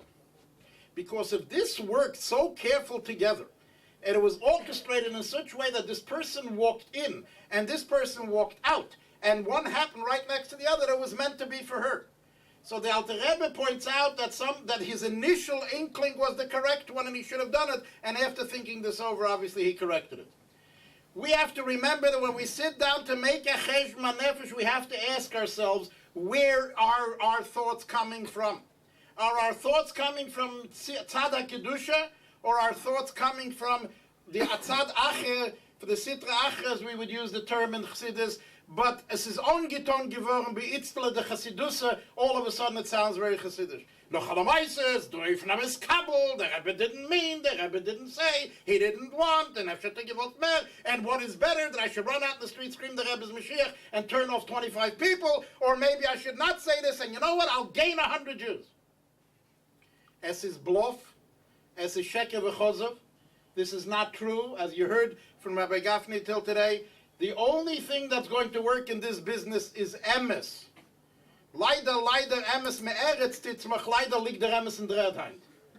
However, our job is to dig it out and to schlep it out. It's like as with the potatoes. Wenn man reißt es nicht raus von unter der Erde, you don't have what to eat. Who dreamt 8 years ago? And this is what unfortunately exacerbates the problem. As Rabbi Gafni himself mentioned, who dreamt 8 years ago? I, Baruch Hashem, have been here by every kinnus, or by every congress. I think I even came before yet. If I'm not mistaken, before the congresses began, there were Malava Malkas. At that time, it was held in the Bobova Hall over here. And I was here before that, I feel. Of Al Kaponim for the 8 kinnusim, for the 8 congresses, I've been here, Baruch Hashem. But who thought 8 years ago that we can still stand here today and talk about this? Who thought that 8 years ago, at noch davon sitzen reden, Mashiach, Geula, his Galus, all this kind of a terminology, who thought about this 8 years ago that we're going to stand here this evening and talk about this, which becomes a pischon peh to the mindset of a person? Maybe this is takiblof. Maybe the truth is with those people who feel that we have to move kadima. We got to go forward. We got to be modern people. We'll set up Lubavitch like a corporate headquarters, and we're going to have a whole bunch of franchises all over the world. And if you have problems, you throw the guy in, you put the guy out, you put him in business, you take him out of business, take him to court, throw him here, put him in jail. Who cares what it is? It's a business. It's a corporation. And in the stock market business, if you don't succeed with your investors, you're going to go bankrupt. So, Adarab, you have to please your donors. You have to please the investors and show them that your stock is going up, Kislev. And if not, Chas v'Sholom, nobody's going to buy your stock. So this is where it has to go. But in order for people to buy your stock, you have to market it well. And what do you mean market it well? How are you going to mention things? Could you imagine a major company in the world to start telling everybody this chasson and that chasson, and that this got called off the market, and that this got called off the market, this was recalled, and so on and so forth? You can't talk like that. You have to be modern, technological people. Wir sind doch gelernte Menschen where we are standing at the forefront of the world of technology. We're into computers, we're into the internet, the cyberspace, we're the first ones, we're still ahead of the game. As ochen as weis zu uns with being ahead of the game. Because the key things that the Rebbe wanted from us is, as you heard earlier, 3 things. Shleimus Haaretz, Mihu Yehudi, and Mashiach. And with all the names and representations that you hear outside in the world, I want to hear, when have you heard in the last few weeks, in light of what's going on in Eretz Yisrael today, that some official people, whether it's in the UK or in the United States, or the Rafil in Eretz Yisrael, to talk out and speak out against this whole thing in Annapolis? You're representing the Rebbe. Mit wie viel Stunden hat der Rebbe gekocht sich und geweint und geklockt wegen Shleimus Haaretz? And then you have the audacity of a young man who lives in Annapolis, who is the shliach in Annapolis, and he gets interviewed by the Israeli media asking him what is he going to be doing at the time of this so-called convention conference in Annapolis. I have to tell you the honest truth, I almost puked at the computer when I saw the answer. The answer was, we're here to do shlichus and not to talk politics. Shoimu Shomayim. Shoimu Shomayim, that Shtochim became politics. And the tzori is, as I mentioned earlier this afternoon to some people, the tzori is, the Rebbe once used the terminology of the expression in the Torah that's used, Shev ve'al taisa. Conventionally it means, Shev ve'al taisa, sit and don't do it. If you have a doubt about something and you're not sure whether or not to do the thing, Shev ve'al taisa, don't do it. But the Rebbe said that sometimes Shev ve'al taisa means the following. Shev, sitzt allein, ve'al taisa no lost zweit nicht tun. And we're seeing this now, pressure by the so-called corporate headquarters. Man tut allein nicht, man gießt sich an a vollen Meul mit Wasser, und ve'al taisa. Tommy, you see that foot soldiers want to go to Annapolis with chartered buses to complain or to protest. Schreit mit einem Achterlachatz am Metonisch gehen. Is yoyred l'chaim of these people.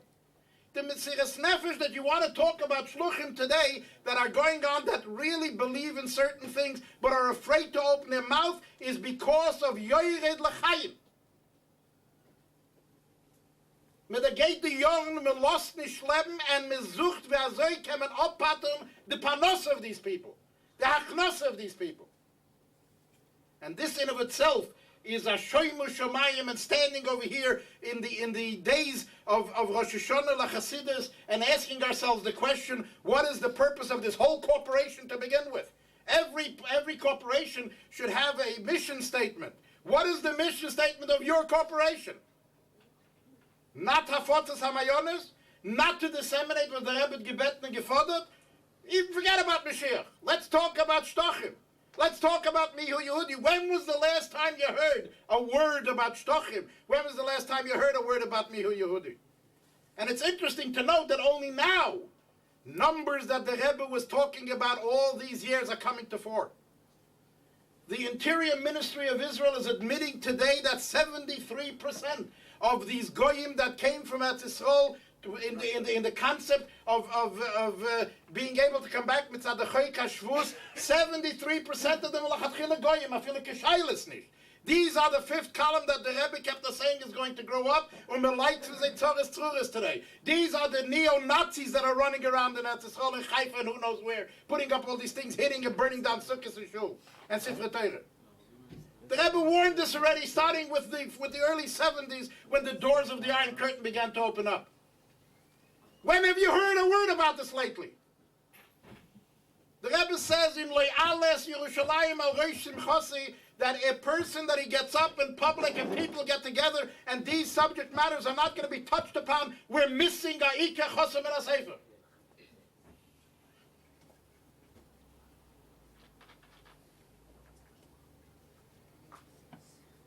But again, Ha'emes Nitten Riyome.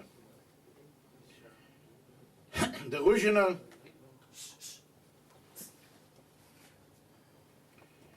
who was a contemporary of the Tzemach Tzedek, asks a question. The Rishna says that it says, Ein ben David ba ela mitei chesed chadas.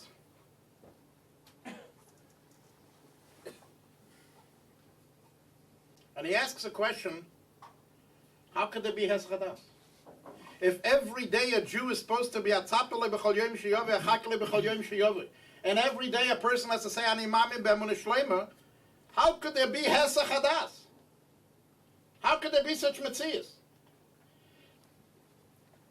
And the Rishna answers the following. The Rishna says that the Hesach Hadas is going to be the following. There will be an individual who will start meeting the criteria of Mashiach. But then he's going to get into such kind of a matziv that he will not be able to akoponim begashmis to carry this thing out any longer. At that moment, even though there will be many people that will rally to him and believe that this was Mashiach and in preparation for his revelation, however, now at this moment they're going to say, okay, we made a mistake. What came and taught? He meant well. Gimel Tammuz came around. What's came and taught? So the Rishna says that that will be the Hesach Hadas. At that moment when we will have that achzava, that we will have that depression, as they zu sagen, as efshar mir nicht getroffen richtig and mir nicht mechaving gewen ala emes, that's going to be the problem, as it says clearly in the Medrash Minigeya, the Egel, when they saw that that Moshe Rabbeinu was munach b'mita and they thought that this was it, that's why the Egel came about. So too does the Rishna claim that this is going to be the case. For those who learn Tanakh, you all know, I'm sure, in Daniel, there's a discussion about this as well. I have at least mentioned this many times before. In Daniel Yud Beis, he talks about the Zman HaGeula. In Daniel Yud Beis, he talks about what's going to happen b'Yemei HaMashiach. And he gives you deadlines and dates and everything that could happen. Umeveis klor, that this is it. This is what he says. And the truth is, if you take a look at what he says over there, I think we're witnessing it. He uses terms over there that it's going to come to such matziv that Roshoyim lo yavinu, the people that are not taking this whole thing too serious, even after everything is happening, will still not grasp what's going on over here. Only the maskilim will be able to understand what's going on over here. But at the end he says, Ashrei hamechake lebiyosef. And Rashi immediately comes along and asks the question, Monashech, you gave us a date, you gave us a time, and before the date and time comes up, what means Ashrei hamechake lebiyosef? We have no reason not to believe you. Why is it so now all of a sudden you're praising the individual and you're giving him credit that he's trusting? So Rashi says, because after all these days come about, there will be arboim v'chamei shonim noisofis. There will be an additional 45 years in which Mashiach will be nizgala and obviously present his credentials and develop everything. And v'achakach yiskasa and v'chozav v'nigla. And therefore, during this period of time when you don't see him, during this period of time when he loses it, during this period of time when you can have this hesach hadas, that you made a mistake, but you still hang in and believe, as the Rishna says that there'll only be far and few in between that will believe that, Ashrei hamechake lebiyosei, that those people are going to be blessed with the fact that they are awaiting, despite the fact that it looks pretty bad. I'm holding in my hand a sefer, a copy of a sefer called Arba Mei Shekel Kesef, written by Reb Chaim Vital. Reb Chaim Vital writes exactly the same thing. It's very interesting that he writes this. In this sefer he writes that an neshama is going to be misaber in a goof of an individual which is born to a father and mother of flesh and blood. And he goes in, I'm not going to start giving you all these things because it's very Kabbalistic. However, he goes in to point out that this is going to be, that when the time comes, this neshama will be nisaber in the goof of this individual. And this is what it says, Ani hayom yiliditihu. But he says clearly that this neshama is going to leave this goof and go back into Gan Eden. And that it's going to take a while until this neshama will reveal itself once again, beguf gashmi. I pointed two places on this daf over here on this tool which is literally splitting it out. So in case you think I'm making up the story, I can show it to you. But Reb Chaim Vital, I think we can have him verlassen, right? He wasn't a Lubavitcher, right? No, nicht gewähnt kein Meshachist. Oh, he must have been a Meshachist. No. Can't trust him. He didn't belong to the corporation. Can't trust him. But anyway, that's what he says. And I think in this... Right. And if I'm not mistaken, I've quoted to you more than one occasion the Maharal in the Netzach Yisrael, in which the Maharal says clearly that this is going to be a 40-year process. He talks about that the Geulah of Mitzrayim was a 40-year process, that it's going to be a 40-year process in which he's going to do everything and reveal himself. And after that, by the time he finishes showing all the credentials that he is it, he's no longer going to be able to do anything. This is it. From here on in, it's Hayoim im Bekoiloi Sishmo. Waiting for the Shishmo from Klal Yisrael to Mashiach is what's going to bring around his galus. He's no longer going to be able to do anything. And as I said, I quoted this over here many a time. And this is nothing new to wissen sein, and we've seen it. We've seen this clear as Azoy is given. 40 years, presenting credentials, and then all of a sudden, ich kann schon mehr gar nicht tun, ani sheli asisi, ich habe schon getan, als ich kann, and now asu kol ma shebiyecheltechem, you Hasidim do what I can't do. How can a Chassid do something but the Rebbe can nicht tun? But the answer is, if we take that Maharal in the Netzach Yisrael, Perik Mem Hey, and follow this carefully, we can understand clearly that yes, it comes to a point where he's achieved already everything, and he can't do anything anymore, and as such, we have to take that final step, as Rabbi Gafni said before. Seeing all this, and watching all this transpire, yes, we're here by the 8th Congress, true. I'm not going to blame the Eberstein. Ein bisschen sehr euch schuldig, but I'm not going to blame the Eberstein. But I will blame ourselves. How many times did the Rebbe say that although we're screaming out Moshe meint man es nicht? For those who remember the Rebbe Sichos loud and clear, would remember that on more than one occasion the Rebbe said, as me meint es nicht, me schreit ad Moshe, weil ich heisach schreien ad Moshe. That's why me schreit ad Moshe. But not because that's the story. How many people cannot sleep sometimes at night when man sitzt noch in Golos noch a Stunde? How many people? There are Jews, you probably forgot about it, but there are 13 Jews in Iran that disappeared several years ago. Nobody ever heard from them since. Did somebody lose a night of sleep over this? Are people still remembering that there are 13 Jews missing? Nobody knows if they're alive. Nobody knows whether they were killed. Nobody knows whether they're jailed. Keiner weiß, was es eine. Did somebody lose any sleep over this? I don't think so.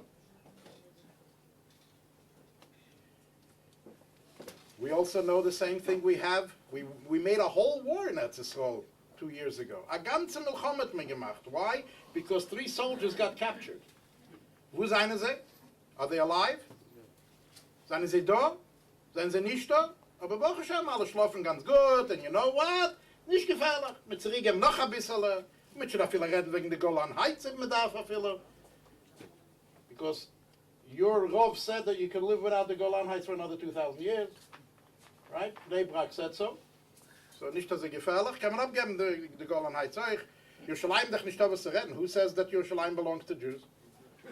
Your Prime Minister Olmert hat allein gesagt that Yerushalayim is not a decision for world Jewry. That's what he said, clearly, that this is not a decision that world Jewry should make, and it's not their business to get involved in this whole thing. It's nicht ihre Geschäften. Looking at this and seeing what's going on in the world around us, it doesn't take much for anybody to get depressed enough to be concerned and to ask ourselves the question, where are we going, what's going on with us, and what's happening? You know, before Gimel Tammuz, we understand, we worked, we thought, alle gute Meises, but you know what, after all, schon allein Zeit sind Jamut, there's so many years since Demut, and we don't see anything. So what's going on? What's going on? But you have people outside who have proof in the pudding that Mizan and Mishagoyim. Why? Because the question that you get asked is, would you say all these things before Gimel Tammuz? Before Gimel Tammuz, you would have said that it has to be an Neshama Beguf, and it has to be Chaim right now, and would you also say everything that you're saying now, as it's coming back, Chayzer and Igla, with all these things, would you have said that before Gimel Tammuz? And my answer is definitely no. I wouldn't have said this before Gimel Tammuz. As a matter of fact, I'm witness to this right here in London. I was invited the first time to London by a certain foundation. No longer. Huh? No longer. Right. I was invited to London by a certain foundation. And I spoke about Mashiach. And that was before the stroke. And verständlich, the Mashiach is coming, and right now, as kann nicht sein anders. For those who may remember, I was re-invited a few weeks later, literally a few weeks later, by popular demand. And that was right after the stroke. And I think that may have facilitated my re-invitation here. And obviously the biggest question that lingered at that moment was, aha, was sagst du jetzt? You just finished saying a few weeks ago, as ken go nicht sein, Chaim Nitzchim, and the whole story was mit amol. Here, take a look what happened. My answer then, as is going to be my answer tonight. That kein Kind will nicht reden wegen einer Taten under those circumstances. No kid is going to say he's expecting his father to have a stroke. No kid is going to say that he's expecting to have to bury a parent. Nobody wants to talk that language. Asher Alke, hofft man, as it sein the Beginne von Zocho, and everything is going to happen the way we're talking about it. So the emphasis is on where we are now. And the Rebbe himself said all this. For a year's time in Shnas HaRaboyim, the Rebbe was talking an entire year and talking about Chaim Nitzchim B'li Hefsek. The Rebbe was talking about it so. This is something that some Tzedrei Chassid is making up, some Shugoyim are making up. But unfortunately, Lo Zechinu. And I say, as this is our fault. I go back and I say, this is our fault. Wir sollen nicht beschuldig in keinem, wir sollen nicht beschuldig in dem Ebersten, wir sollen nicht beschuldig in dem Reben, beschuldig sich allein. A Chassid always knew, bis as man sitzt, wer verbringen, und man verbringt, und man redt sich auf von Herzen, meint man sich. He's talking to the guy sitting across him at the table, es ist mehr bequemer zu reden zu jenem. Aber man meint sich, at least so darf sein. The only trouble is, mit sich ein bisschen verdreht im Kopf, mit sich eingerät, kann man redt zu jenem. That's the problem. We got to the point where we started convincing ourselves they were talking about somebody else, and wir haben nicht den Fleck. But I think it's time, to sober up on Rosh Hashanah, and basically realize that man redt zu sich allein. And machen am Cheshbon Nefesh and ask ourselves the question, Efshar Take, are we lacking in something? Efshar Take, können wir gehen nicht schlafen bei Nacht at a time, that wir sollen nicht schlafen bei Nacht. And I don't know that this is called Mesiras Nefesh.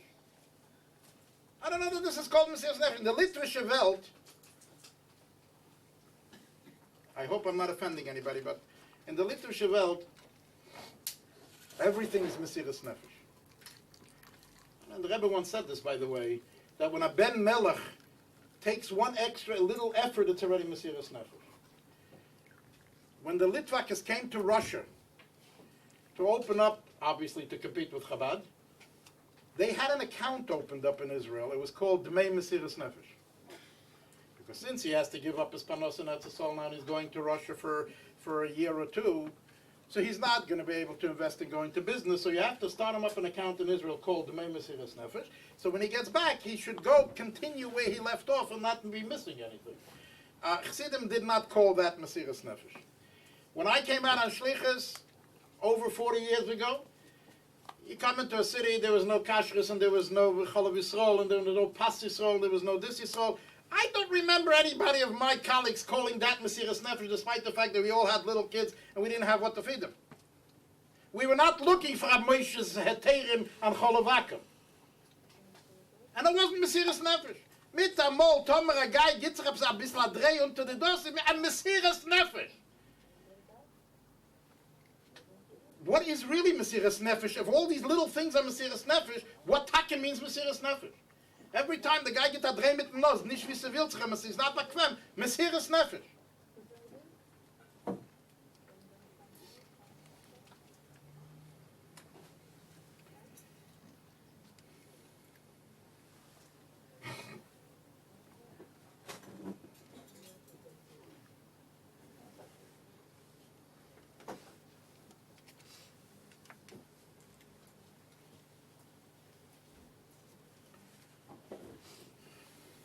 There's once a husband who came home after a hard day's work, and he sees his kids running around still in the pajamas, without shoes. He walks into the house. The house is a total mess. The breakfast is still laying on the table. The floor wasn't swept. Clothing running all over the house from top to bottom. He's running around looking for his wife, and he's thinking maybe something happened to her, maybe she's not well, or whatever. He looks. No, he goes into the bedroom. He sees she's still in her pajamas, and she's reading a novel. So he turns to her, and he says, "What happened here? What's going on?" So she turns to him with a nice smile and says, "Yasala, how was your day today?" "Oh, very good, everything was fine." "But what's going on in the house?" She says to him, every day when you come home, I ask you, how was the day? And you tell me fine.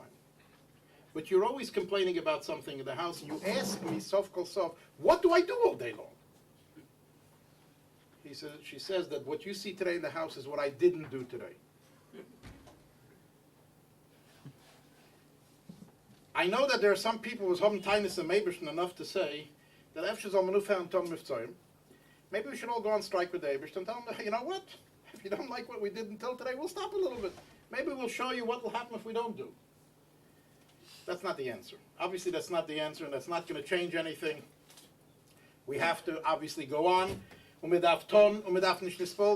to still remember that this is the Nisoyin Ha'achrein, this is the final Nisoyin that we have to face, because it's not a joke what's going on outside, and we can't allow ourselves to get affected and impacted by what's going on outside. Chassidim knew, and Shluchim in particular knew, you come into a community, you can get affected by the community. You can get impacted by what's around you. The first literature that dealt with Kiruv Rechokim was an individual whose name was Rabbi Victor Miller. Rabbi Victor Miller was a Rov in a Young Israel in Flatbush. But he was the first guy that really started reaching out from the literature standpoint in the street. And he did a pretty good job, by the way. And he used to give shiurim to Bala Tshuva, to new people. And there's one particularly interesting tape of his that I remember hearing once. He's telling Jungelite that when they go out from yeshiva and from kollel, they should not move into suburbia. They should not move away from larger Jewish communities and surroundings. And the reason for that is because they can get impacted by the community. And you hear somebody asking on the tape, but how come you see these Lubavitchers end up in Timbuktu and Sagonish? They're okay, they're holding ground. He was honest enough to answer that the reason they can do it is because they have someone that pulls their strings for them. If a Chosid does not come to recognize and to realize Eved Avrom Anoichi, when as Rabbi Gafni said before, a Chosid ken nizayin on a Rebbe. And Eliezer didn't say Shliach Avrom Anoichi. The Rebbe goes into a whole Sich and Tovshin and Beis and talks about the difference of Eved Avrom versus Shliach Avrom. If we come to recognize Eved Avram Anoichi, we'll have Atzlocha. If we start Cholomen Zech HaShliach Avram Anoichi, the Anoichi takes over the Shliach. It becomes the capital I. And if that's the case, can ich doch dann was ich verstehe? Bizaher, aber ich hatte Reben that I looked him in the face and he told me what to do.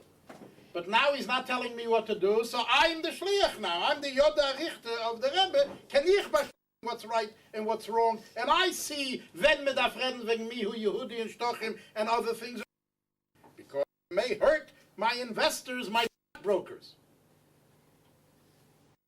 There can't be any problems. As we all know the famous story about the Rebbe, the Rebbe was sent to Shlichus to Vilna. From the Frierdiker Rebbe, he was sent to Vilna to Reb Chaim Ozer on a shlichus. Famous story. The Rebbe arrived to Vilna, to the yeshiva of Reb Chaim Moiser, and he sat down in the waiting room to go ahead and meet with Reb Chaim Moiser. He had to wait for a little while. In the meantime, word spread and word got out that the Rebbe was there and that this is the son-in-law of the Frierdiker Rebbe. So they jumped him and started asking him questions. In Yonim and Shas, in Yonim and Mefoshim, in Yonim and Nigla. The Rebbe did not answer. So much so that the impression was that he's an Amoritz. That's the end of it. I can't learn. And they already started being meranen that the Frierdiker Rebbe has a son-in-law in Amoritz and who knows what. The time came, and the Rebbe went into Reb Chaim Moiser and did the shlichus that he had to do. When he finished, he walked out, and he went into the Bismedrish, and he jumped at the same people that jumped and asked him the questions before, and he started answering them one by one in the same seder as they asked him the questions. All of a sudden, he gewann a ganze Tummel. Wow! Nish know that he's answering the questions. I gedenk noch who asked what, and is answering them one by one to who asked him whatever question it was. They called out Reb Chaim Moiser, who came in and he was his pilus. Reb Chaim Moiser called the Rebbe aside and asked him a question. He said, I don't understand you. Why did you jeopardize the name of Lubavitch and the name of the Frierdiker Rebbe and your own covet to allow yourself to be called an Amoritz? And that Lubavitch is kennen nicht lernen by not answering lachatchila. If you take a no, was doch gekent lachatchila answeren? The Rebbe answered the following. That I was sent to Vilna on a shlichus to meet with you. Till I didn't fulfill my shlichus, I was on the Frierdiker Rebbe's clock. On the Frierdiker Rebbe's clock, I had no right to do anything of my own, including to clean my name, including as Menschen sollen wissen, ich nicht kein Amoritz. I'm on the clock of the Frierdiker Rebbe. Once I finished my shlichus with the Frierdiker Rebbe, now I can go out in the street and do what I have to do. So I did it. This teaches us something very important. If we are the shluchim and the avodim of the Rebbe out there, and we recognize that 24/7, 365, we are in shlichus, it's not our clock. We have no right and no business to do our own things. And not like today in corporate, what it started happening is when you're going to accept a job, you have to write down on a contract, I work from 9 to 5, and I get 2 weeks vacation, and this is my salary, and you better pay me 1st or 15th, or whatever else it may be, or else I'm quitting. That's not shlichus. That's McDonald's. Shlichus is übergegeben, knowing from the second you accept the shlichus, you're on the clock of the Rebbe, whether you have bread and butter on the table or not. And this concept of 9 to 5 means nothing. There's a before 9 and there's an after 5. And there is no such thing as a vacation. You only rest in peace after 120, not before. There's a famous story, the Rebbe told the story. The Tsar had soldiers that used to watch and guard the castle. I need not tell you the weather's in Russia. It's kalt, it's verfreuren. So this soldier is standing, they had to stand at attention, obviously. This soldier is standing one night, he's standing at attention, and he started freezing up. He started losing feel in his feet. He didn't have the feel anymore. So he bent over to give sich a bissel a ribe in the foot to reawaken the blood flow in his foot. His superior who noticed it went over and gave him a zetz with the bayonet over the head. He started crying to his superior. He says, "Was willst du von mir? I mean, I'm a soldier. I'm standing over here. When ich heat, you know, it's like 2 o'clock in the morning. I'm freezing. I just wanted to warm up my foot a little bit." The answer that he got from his superior is, "Du was getracht wegen dem Kaiser the whole time, you wouldn't freeze up to begin with." If a chosid bechlal and a shliach befrat, and I say that in Tovshin Nun Beis the Rebbe made sure and clear to tell everyone that everyone is a shliach. Nicht as a meise that you're on the payroll or not on the payroll. Everyone is a shliach. If we would think about the Rebbe 24/7, 365, as I said earlier, we would not have been able to freeze up. these machshavas that are going on now, the lack of thinking about the Rebbe Bechlal, the lack of living, the Rebbe to get leben, be Mois HaMashiach.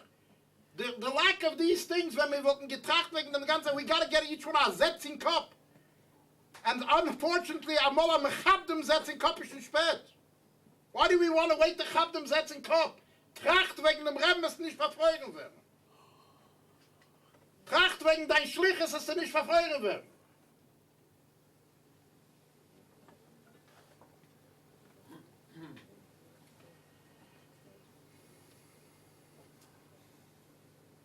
So once again, I think that we have to realize that the time is now. Not yesterday, not tomorrow, and not to read in the media these beautiful talking points. I attended the Kinos HaShluchim. This is one paper after another, so I know that this is a talking point. And only those who talk about Mashiach are just a select few Meshugoyim. Because over there, I saw 5,000 people in Pier 96, wherever it is. Because 68 years ago, the Rebbe landed over there. And they're very normal. They speak about the Rebbe in past tense. And they speak about Mashiach in future tense. Normale Menschen. They're not crazy. I think I once told you the story. There are two people haven't met for a long time, and they got together. And they got into conversation, they got into reminiscing of their past and their lives and everything that was going on in the past. And finally, one guy, the one that made the trip for a long distance, started getting a little bit exhausted and tired. He looks around in the kitchen, he can't find a watch, clock. He looks in the dining room, he can't find the clock. He looks in the hallways, he can't find the clock. He's looking maybe for an alarm clock. Sucht, wie viel Zeger ist.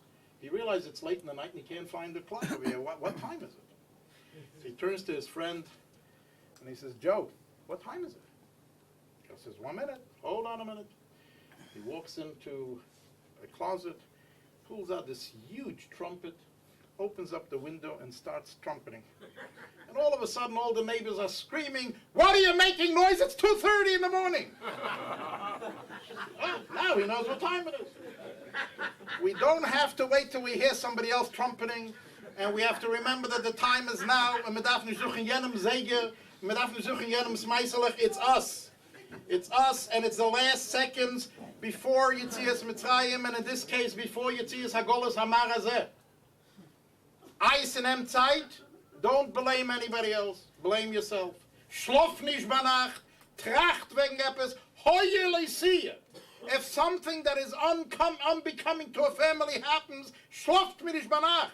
A Mensch wird nicht gesund, läuft mir im Spital und man sitzt da 24 hours around the clock over there. Zu gucken, was kann man tun zu verrichten. You sit on the internet and you look for what kind of a truths can you find on the world to remedy this problem. Why don't we do the same thing here? It's noch nicht geschehen. Öffnen a Sefer, open up nun Aleph, open up nun Beis, lernen alle Tag a bisschen, get someone else to learn an Aleph and Beis. Before the Hatzor was am Zolernen mit Aiden Tanya, I think those days are behind already. Everybody knows what that is. Lernen nun Aleph and Beis. And maybe we will find the truth. And that moment will happen right now, mit nicht darfen warten auf später. Ich darf gehen suchen, was kommt vor und für was so viel und für was so viel. This is what time it is, because now we have to work at it. There's no time to make any shtick. And I want to return once again back to Leben mit der Zeit. It's a funny thing that Yutas Kislev always comes out in the weeks of Vayetze, Vayishlach, Vayeshev. These 3 weeks usually is when it comes out, pending obviously on what year. This year is going to be a Mitzvah Shema Yibba. It depends what year we survive, but these are the weeks, Bechlal. If you take a look in the Sichos of the Rebbe, in Lekut Sichos in particular on Vayetze, the Rebbe talks about Yitzchak sending Yankov away. The Rebbe talks about Yankov, Vayetze, Yankov mi Be'ershova, Vayelech Haron. The Rebbe talks about the Metzias, am geht Ruis Abocha, geht Ruis für Yeshiva, and geht rein le Choronot, Charoin Avshaloilom. He's getting married and he's going to have to go out in the big street. What does Yankov Avinu do on his way out? As Rashi himself gives us the timeline of everything that was happening, He stops for 14 years in the yeshiva of Shemaneva when lernt and great sich zu to go ahead and meet Charoin Avshalom. And the Rebbe says in that particular sikha, because that happens, then you know that this guy's going to get married, and he'll have a house that not only is kodesh beinoi leven ishtoi, but even the fork and the spoon in the kitchen is also heilig. He schreibt the Rebbe dort. But darf sich zugreifen and sagt that even the fork and the spoon of the house should be holy. We come into Vayishlach. Yaakov is on his way back. Yaakov wants to know what's going on. And the Malachim come back and tell him, Bonu el achicha el Esav. And as Rashi himself says, that although he acts as achicha, he's still Esav. V'arba meis ishima, he still wants to kill you. Vos tut Yaakov at that moment? Yaakov had the broch of the Eibishter. Yaakov already knew that the Eibishter said, V'shavti b'sholom el beisovi, that the Eibishter is going to bring him back. He knew already that the Eibishter is going to give him all this. The Eibishter promised him all the land and everything. Yet Yaakov Avinu is standing over there and he's being mispalel. And Yaakov Avinu is saying to the Eibishter, Ki v'makli ovarti es hayardin hazeh v'yato hoyisi l'shnei machnes. Hatzileini no miyad ochi miyad Esav. Are you assuming that the Eibishter didn't know who Ochi was? The Eibishter didn't know that his only brother that he had was Esav? Was mit amol miyad Ochi miyad Esav? It says in Sforim an interessante Sache, which I think applies to today's day and age, because I think this is so important, the Chagav in light of what the Rebbe always says, as mit afleb mit der Zeit. Yaakov is saying to the Eibishter the following, and I'm applying it if I can use today's jargon. In 1948, because the Eibishter gave Eretz Yisrael a matone zum jüdischen Volk, it was bemakli. Yidden haben nicht gehabt mit was zu gehen zum Tisch. You guys may be a little bit too young to remember what happened in 48, but the minute Eretz Yisrael became Eretz Yisrael, and maybe I should stop for a minute and tell you something in addition to all this, but let me just finish this 48 business for a second. Because the minute that Eretz Yisrael became Eretz Yisrael, immediately all these nations around Eretz Yisrael launched a war against Israel to wipe them off the map and put them into the sea. The Yidden haben gewonnen die Milchome bemakli. Ki bemakli ovati sayad. They didn't have any weapons, they didn't have any bombers, they didn't have any planes, they didn't have anything. They were fighting around bemakli. And what did they really do? For those who would remember this, would also remember that in those years, what ended up happening is they made tapes. They took big tape recorders and they made tapes of bombers and tanks and armament and alle gute Sachen, and they put it on loudspeakers in Misgilafon. And the Arabim gemeint that it's real stuff, and they were running. And as Arabs, good Arabs know what to do, they leave their pants and their shoes and they run. And the Rebbe says this is not a new trait of theirs. If you go into Tanakh, we learned this in Tanakh already. There were 4 guys who became inflicted with leprosy, and they ended up sitting outside the camp, the famous story. And there was a big famine in Eretz Yisrael, and the king asks the Ish HaElikim, those are the words. He asks the Ish HaElikim, what is going to happen over here? And the Ish HaElikim says that by tomorrow the value of soilus and of wheat and flour is going to be mamish hashibish gornish vel, because there'll be such a bomb. And there were people that took it seriously. Ish HaElikim said. There were also people that said, however, the Tanakh tells us, that I feel like the Rebbe should open up Arubis Hashemayim, and it'll pour down food from heaven. It's also still impossible that there should be so much. What happens to the 4 guys that are sitting outside? These guys are dying from hunger. So the Tanakh tells us that they said to each other, hey, we're dying one way or the other. Let's go into the enemy camp right next door, and let's eat Etman's Hagen, and we have nothing to lose. We're dying anyway. And if not, at least we'll survive. So they decided, and they went into the camp next door, and they found they're going to the first tent, Saladik, Amachaya, it's empty, they eat. They go into the next tent, it's empty, and they eat. And they decided they have to go tell the king what's going on over here. Because, hey, if we find this prosperity over here, we might as well share it. But at the same time, the Tanakh tells us what happened in the camp. The Tanakh says that the Eibishter made a sound of chariots and ganzen armies running against them. As they left their shoes, as they stayed up, and they left their shoes with the Häusen, just like they do today. Nothing changed. History doesn't change itself so fast. And they ran away. So what does the Tanakh tell us? They came to the gates and they told the gatekeeper to go to tell the king what they just now experienced, and the king shares this with his he calls a concilium of his high-ranking officials, of his chief of staff and of the army generals and everybody, and there was a difference of opinion. Some people felt that this was nothing more than an ambush plan, that they were really hiding somewhere, so if we go, they're going to end up jumping us and kill us. One guy came up with a beautiful idea. Send out only one jeep. Just send out one jeep and just go. Monisha, if they ambush it, you'll know what it is. And if not, we'll know why that's a good. So sure enough, the Tanakh tells us that they did it, and sure enough, the Tanakh tells us that the abundance of food that was left available for the Jewish people at that moment was so much that those who believed in Ish Elokim survived, and those who didn't got trampled at the gate. So when we're talking about was geschehen in 48, is bemakli avati say with the same tactic, mit gemachter Tummel, sie sind zu wilde wird geworden, und sich alle zerlaufen sich. And we took over. Aber ve'ato, today, ha'yisi l'shnei machanois. You're living in a time when the entire Eretz Yisrael is split into, big time, and it's almost a 50-50 kind of a split. Der gläubt ja, und jener gläubt nicht, and the bottom line is, we weiß nicht, what's again. And who is sitting at the helm of things? The Mishugoyim. Idiots. What is gehelp geworden? A Mensch soll trachten and commit suicide. People that want to commit suicide, you put into a Mishugoyim. You don't put people like that running governments. And therefore we have to beg and say, Hatzileini no. Miyadochi. But we know that this is Esav. Regardless of where she is, I can say, mit der Jamleke, ohne Jamleke, ja, mit der Bris, ohne Bris, die Araben sind doch auch geschnittene. So, das, man kann nicht machen, gechilik over there, und man darf gedenken, aber das ist Yad Esav. I just wanted to tell you the story that I sidetracked a little bit. In 1947, maybe a little controversial, but I gave myself a hagdoma before that I'm a controversial person, so it's okay. In 1947, there was no UN. In 1947, there was an organization called League of Nations. And the League of Nations were in Long Island, not in Manhattan.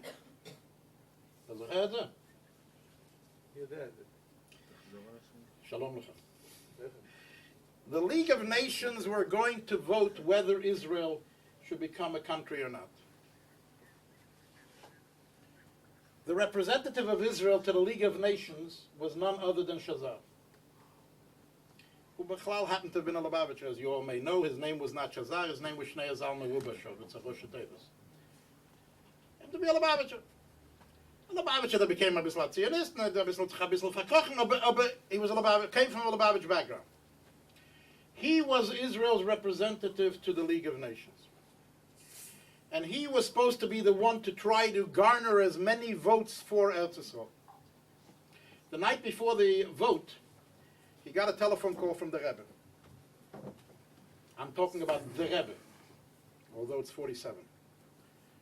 And the Rebbe said that the Frierdiker Rebbe asked, what's the situation? Where are we holding with the elections here, with the vote, meine? And Shazar said, it doesn't look good. It doesn't look good. We don't have a majority to vote on our behalf. It doesn't look good. So he said, so what are you doing? So Shazar answered, that's mikubel in our family, that when you get to a dead end and you can't go anywhere, you sit down and you sing the Alter Rebbe's Niggin. So he's sitting over there and he's singing the Alter Rebbe's Niggin. He doesn't see any solution over here anymore. He's singing the Alter Rebbe's Niggin. Again, I don't know if you guys are familiar, but the first one to recognize Israel was Russia, not America. The last to recognize Israel was the United States. So the Rebbe said, okay, he's going to report back to the Frierdiker. After the election, after the vote tastes, the Rebbe calls him back and says that the Frierdiker Rebbe told him to tell him, if you would know how much effort and energy I had to put in to have these results, you would appreciate it a lot more.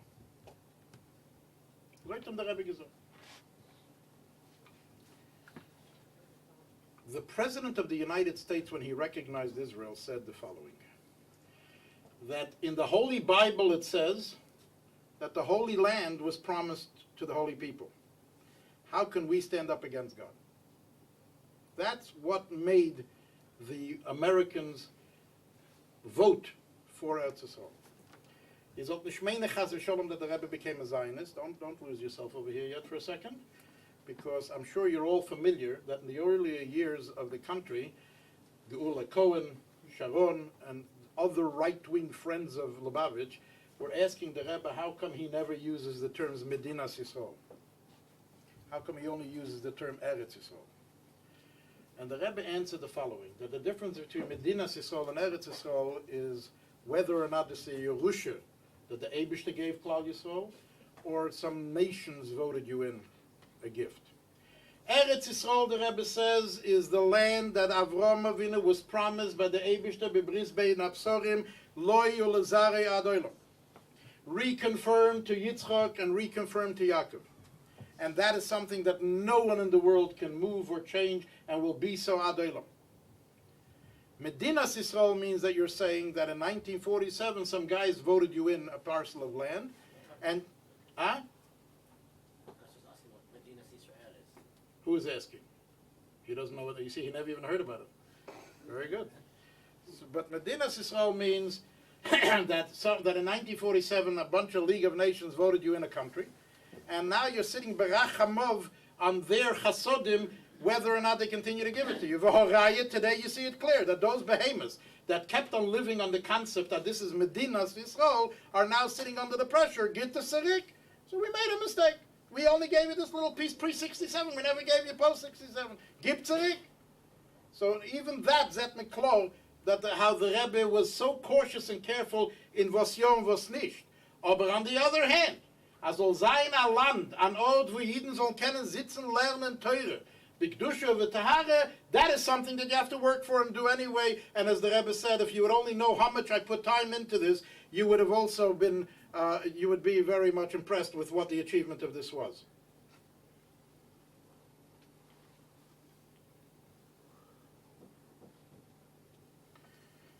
I also want to make one more point in terms of our reconciliation on Rosh Hashanah. There was once a person who walked out of his house, and he had to go somewhere. He walks out in the street, and he takes a look. He sees two city workers. One guy comes with a shovel, and he digs a hole, and he moves away, goes on a little bit further. And he's digging another hole. Behind him comes another person and fills in the hole. The first one, and then the next one. In the meantime, the first guy's already at the third hole. The second one comes and he fills in the second hole. And he gets it's a tumult. He says, I don't understand. It's taxpayers' dollars over here. One guy is digging and the next guy is filling. They're doing nothing. So he runs up a little bit close as a concerned citizen, and he says, excuse me, sir, can I ask you a question? Sure. Can you explain to me? Who are you doing this for? So they both say, well, they're county workers. They work for the county. So what are you doing? You're digging the hole, and 5 seconds later he comes and he fills the hole.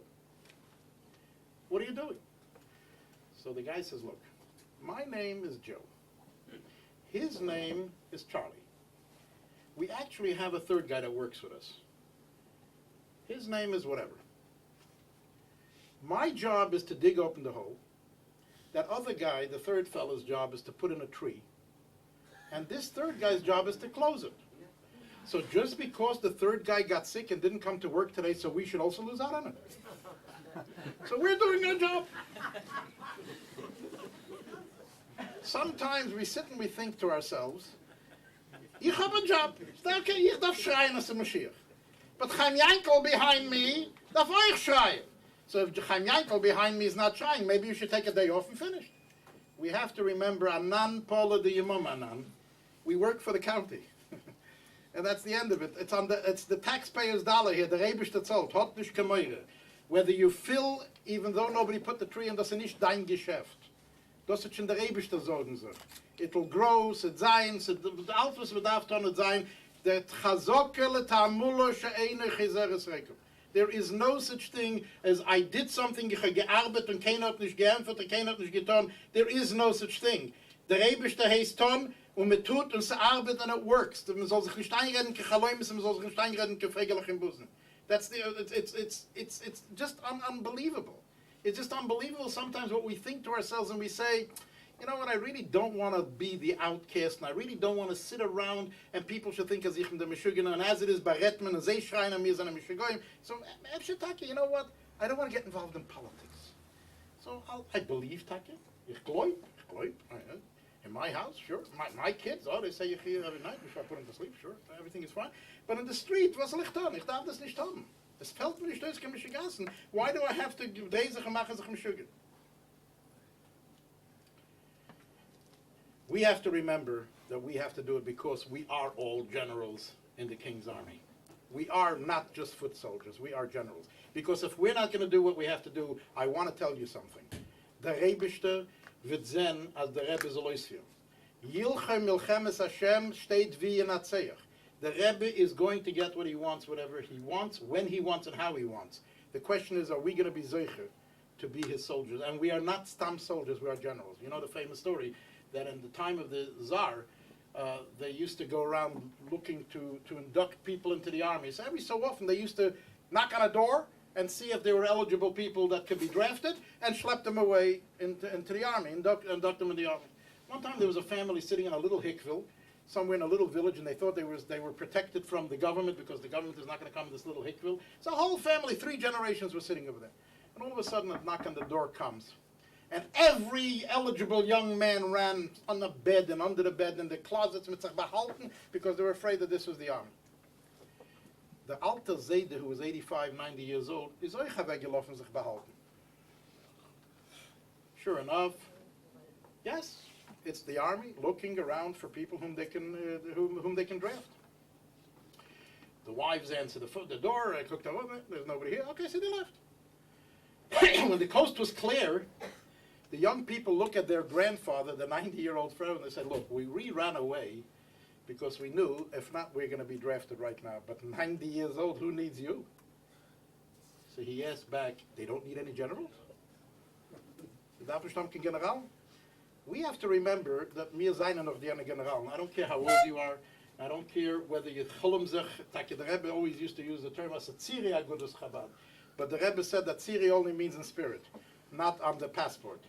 You could be 95 years old, but bist noch als a soldat und nicht a soldat. And the reason I'm saying what I'm saying is because hazochen azveis zu uns. We're busy with the corporation, as I said before. But what we're beginning to find now is a whole very interesting new phenomenon. I don't know if you people follow these things or not, but I do. The Rebbe hat geholfen that there are many people around who are into Kirov.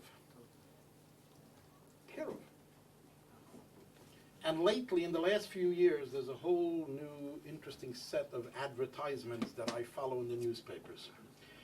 It comes out by a foundation called the Chofetz Chaim Foundation. Before Tisha B'Av this year, in the 3 weeks and in the 9 days, there were full-page ads in the Jewish press about learning Hilchos Beis HaBchira and helping to bring the Geula. There were ads talking about Neshek. Last year, 2 years ago, there were ads talking about this 30 to 60 days of Simcha of Chodesh Adar. I can go on and on and on. Your heads are going to spin. Since when did this become the job of someone else? Was this not our job? Is this not what the Rebbe was talking about, the 60 days of Geula in a leap year as we're going into now? Or 30 days of Simcha in a regular normal year in the Chodesh Adar? Learning the Inyonim of Mashiach Geula Hilchos Beis HaBchira is nicht das Sache, what the Rebbe gewollt Chassidim sollen tun. Or for that matter now, unfortunately, I have to add this business of Annapolis with the Shtochim. You have to hear that the Aguda is protesting, and the Young Israel is protesting, and the OU is protesting, and every Shmendik under the sun is protesting, und Lubavitch ein Keil vein einer. Aber ich sage euch noch einmal, der Rebbe wird ausführen seins. It's either we're going to be frontline soldiers and we're going to do it, or there's somebody else is going to do it, but it's going to get done. And then when the Rebbe is going to look you straight in the eye, what are you going to answer? What are you going to answer? I did it? So therefore I want to leave you with one final story. There's a big activist who lives in Manhattan, or the upper Manhattan. His family made Aliyah to Israel. His parents in particular made Aliyah to Israel many years ago. This activist's name is Avi Weiss. Many of you may have heard of him. He's a very big activist. Avi Weiss. Big activist. He lives in Riverdale. I heard the story from him. It's a story about him. His father, although he made Aliyah to Israel, every year comes to America for a few weeks to see the Einiklach and the rest of the family who remains in America. Avi Weiss is a big activist. He's very busy. So every year before his father comes, his father sends him a telegram, a letter, an email, today's day and age. It's an email, a fax, whatever it is, to let him know when he's coming. And Avi, because he lives in Riverdale, closest to Kennedy Airport, he goes to the airport and he picks up his father. And from there already he spends the time with him, then he spends time with his sister's family, and they move on. One year, his father sends him a telegram, and he tells him that he's coming to New York on this and this day. Avi clears his calendar so that that day he should be available to go pick up his father. However, within the last 24 hours prior to the departure, the father sends him another telegram and says that his mother doesn't feel very well, so he's coming in 2 days. Not tomorrow, the day after. Avi's in a dilemma now, because he cleared everything off his calendar, so he left this day empty, but therefore he pushed it off into the next day. Now the father's coming the next day, so not only does he have what's going on the regular day, but he has not double the amount, because he has what he pushed off already too. So he can't really get to the airport now to pick up his father. So he sends back a telegram to his father and he says, look, Doc, you know, I'm an activist, I'm a busy person, my schedule, and, you know, I move things off, so you know what, do me a favor. You're an American. Take a taxi. You'll come to my house. I'll pay for the taxi. I just physically can't come. Father sends him back an email or a letter and says to him, Avi, please come to the airport. Avi doesn't know what to do. No matter how much he's shifting around his schedule, it's really not working out well. So Avi sends another email back to his father. He says, Tach, I love you. I really love you. I want to come to the airport. There's no bigger schus for me than to come to the airport to pick you up. But because of this mess up that happened, I just don't have a choice. I can't get rid of the stuff that I put onto this day. Take a taxi, I'll pay for it. And he gets back an email, and the father says to him, Avremele. And Avi says to me, when I hear the word Avremele, he immediately got a flashback to when he was a little kid, and the father used to scream at him, Avremele, take out the garbage, Avremele, do this, Avremele, do that. He realized that his father's getting a little bit nervous over here, so he says, Avremele, same story. Come to the airport and pick me up. But he didn't know what to do. He's trying his best. He's working so hard to figure out what to do, and he really doesn't have any other way to do this. And now he knows for sure if he's going to send someone else, one of his people, to go for him, it'll be a slap in the face to the father. So it's either the guy's coming with a taxi or he just doesn't know what to do. And he sends him back another email, and he says, Tate, I love you, mamish, through the depths of my heart. And ich weiß nicht was to tun, but you have to understand, I changed everything for this day, and if I go, I'm just going to mess myself up. And he gets back the final email from his father, and the father says, Avremele, stop loving me, come to the airport.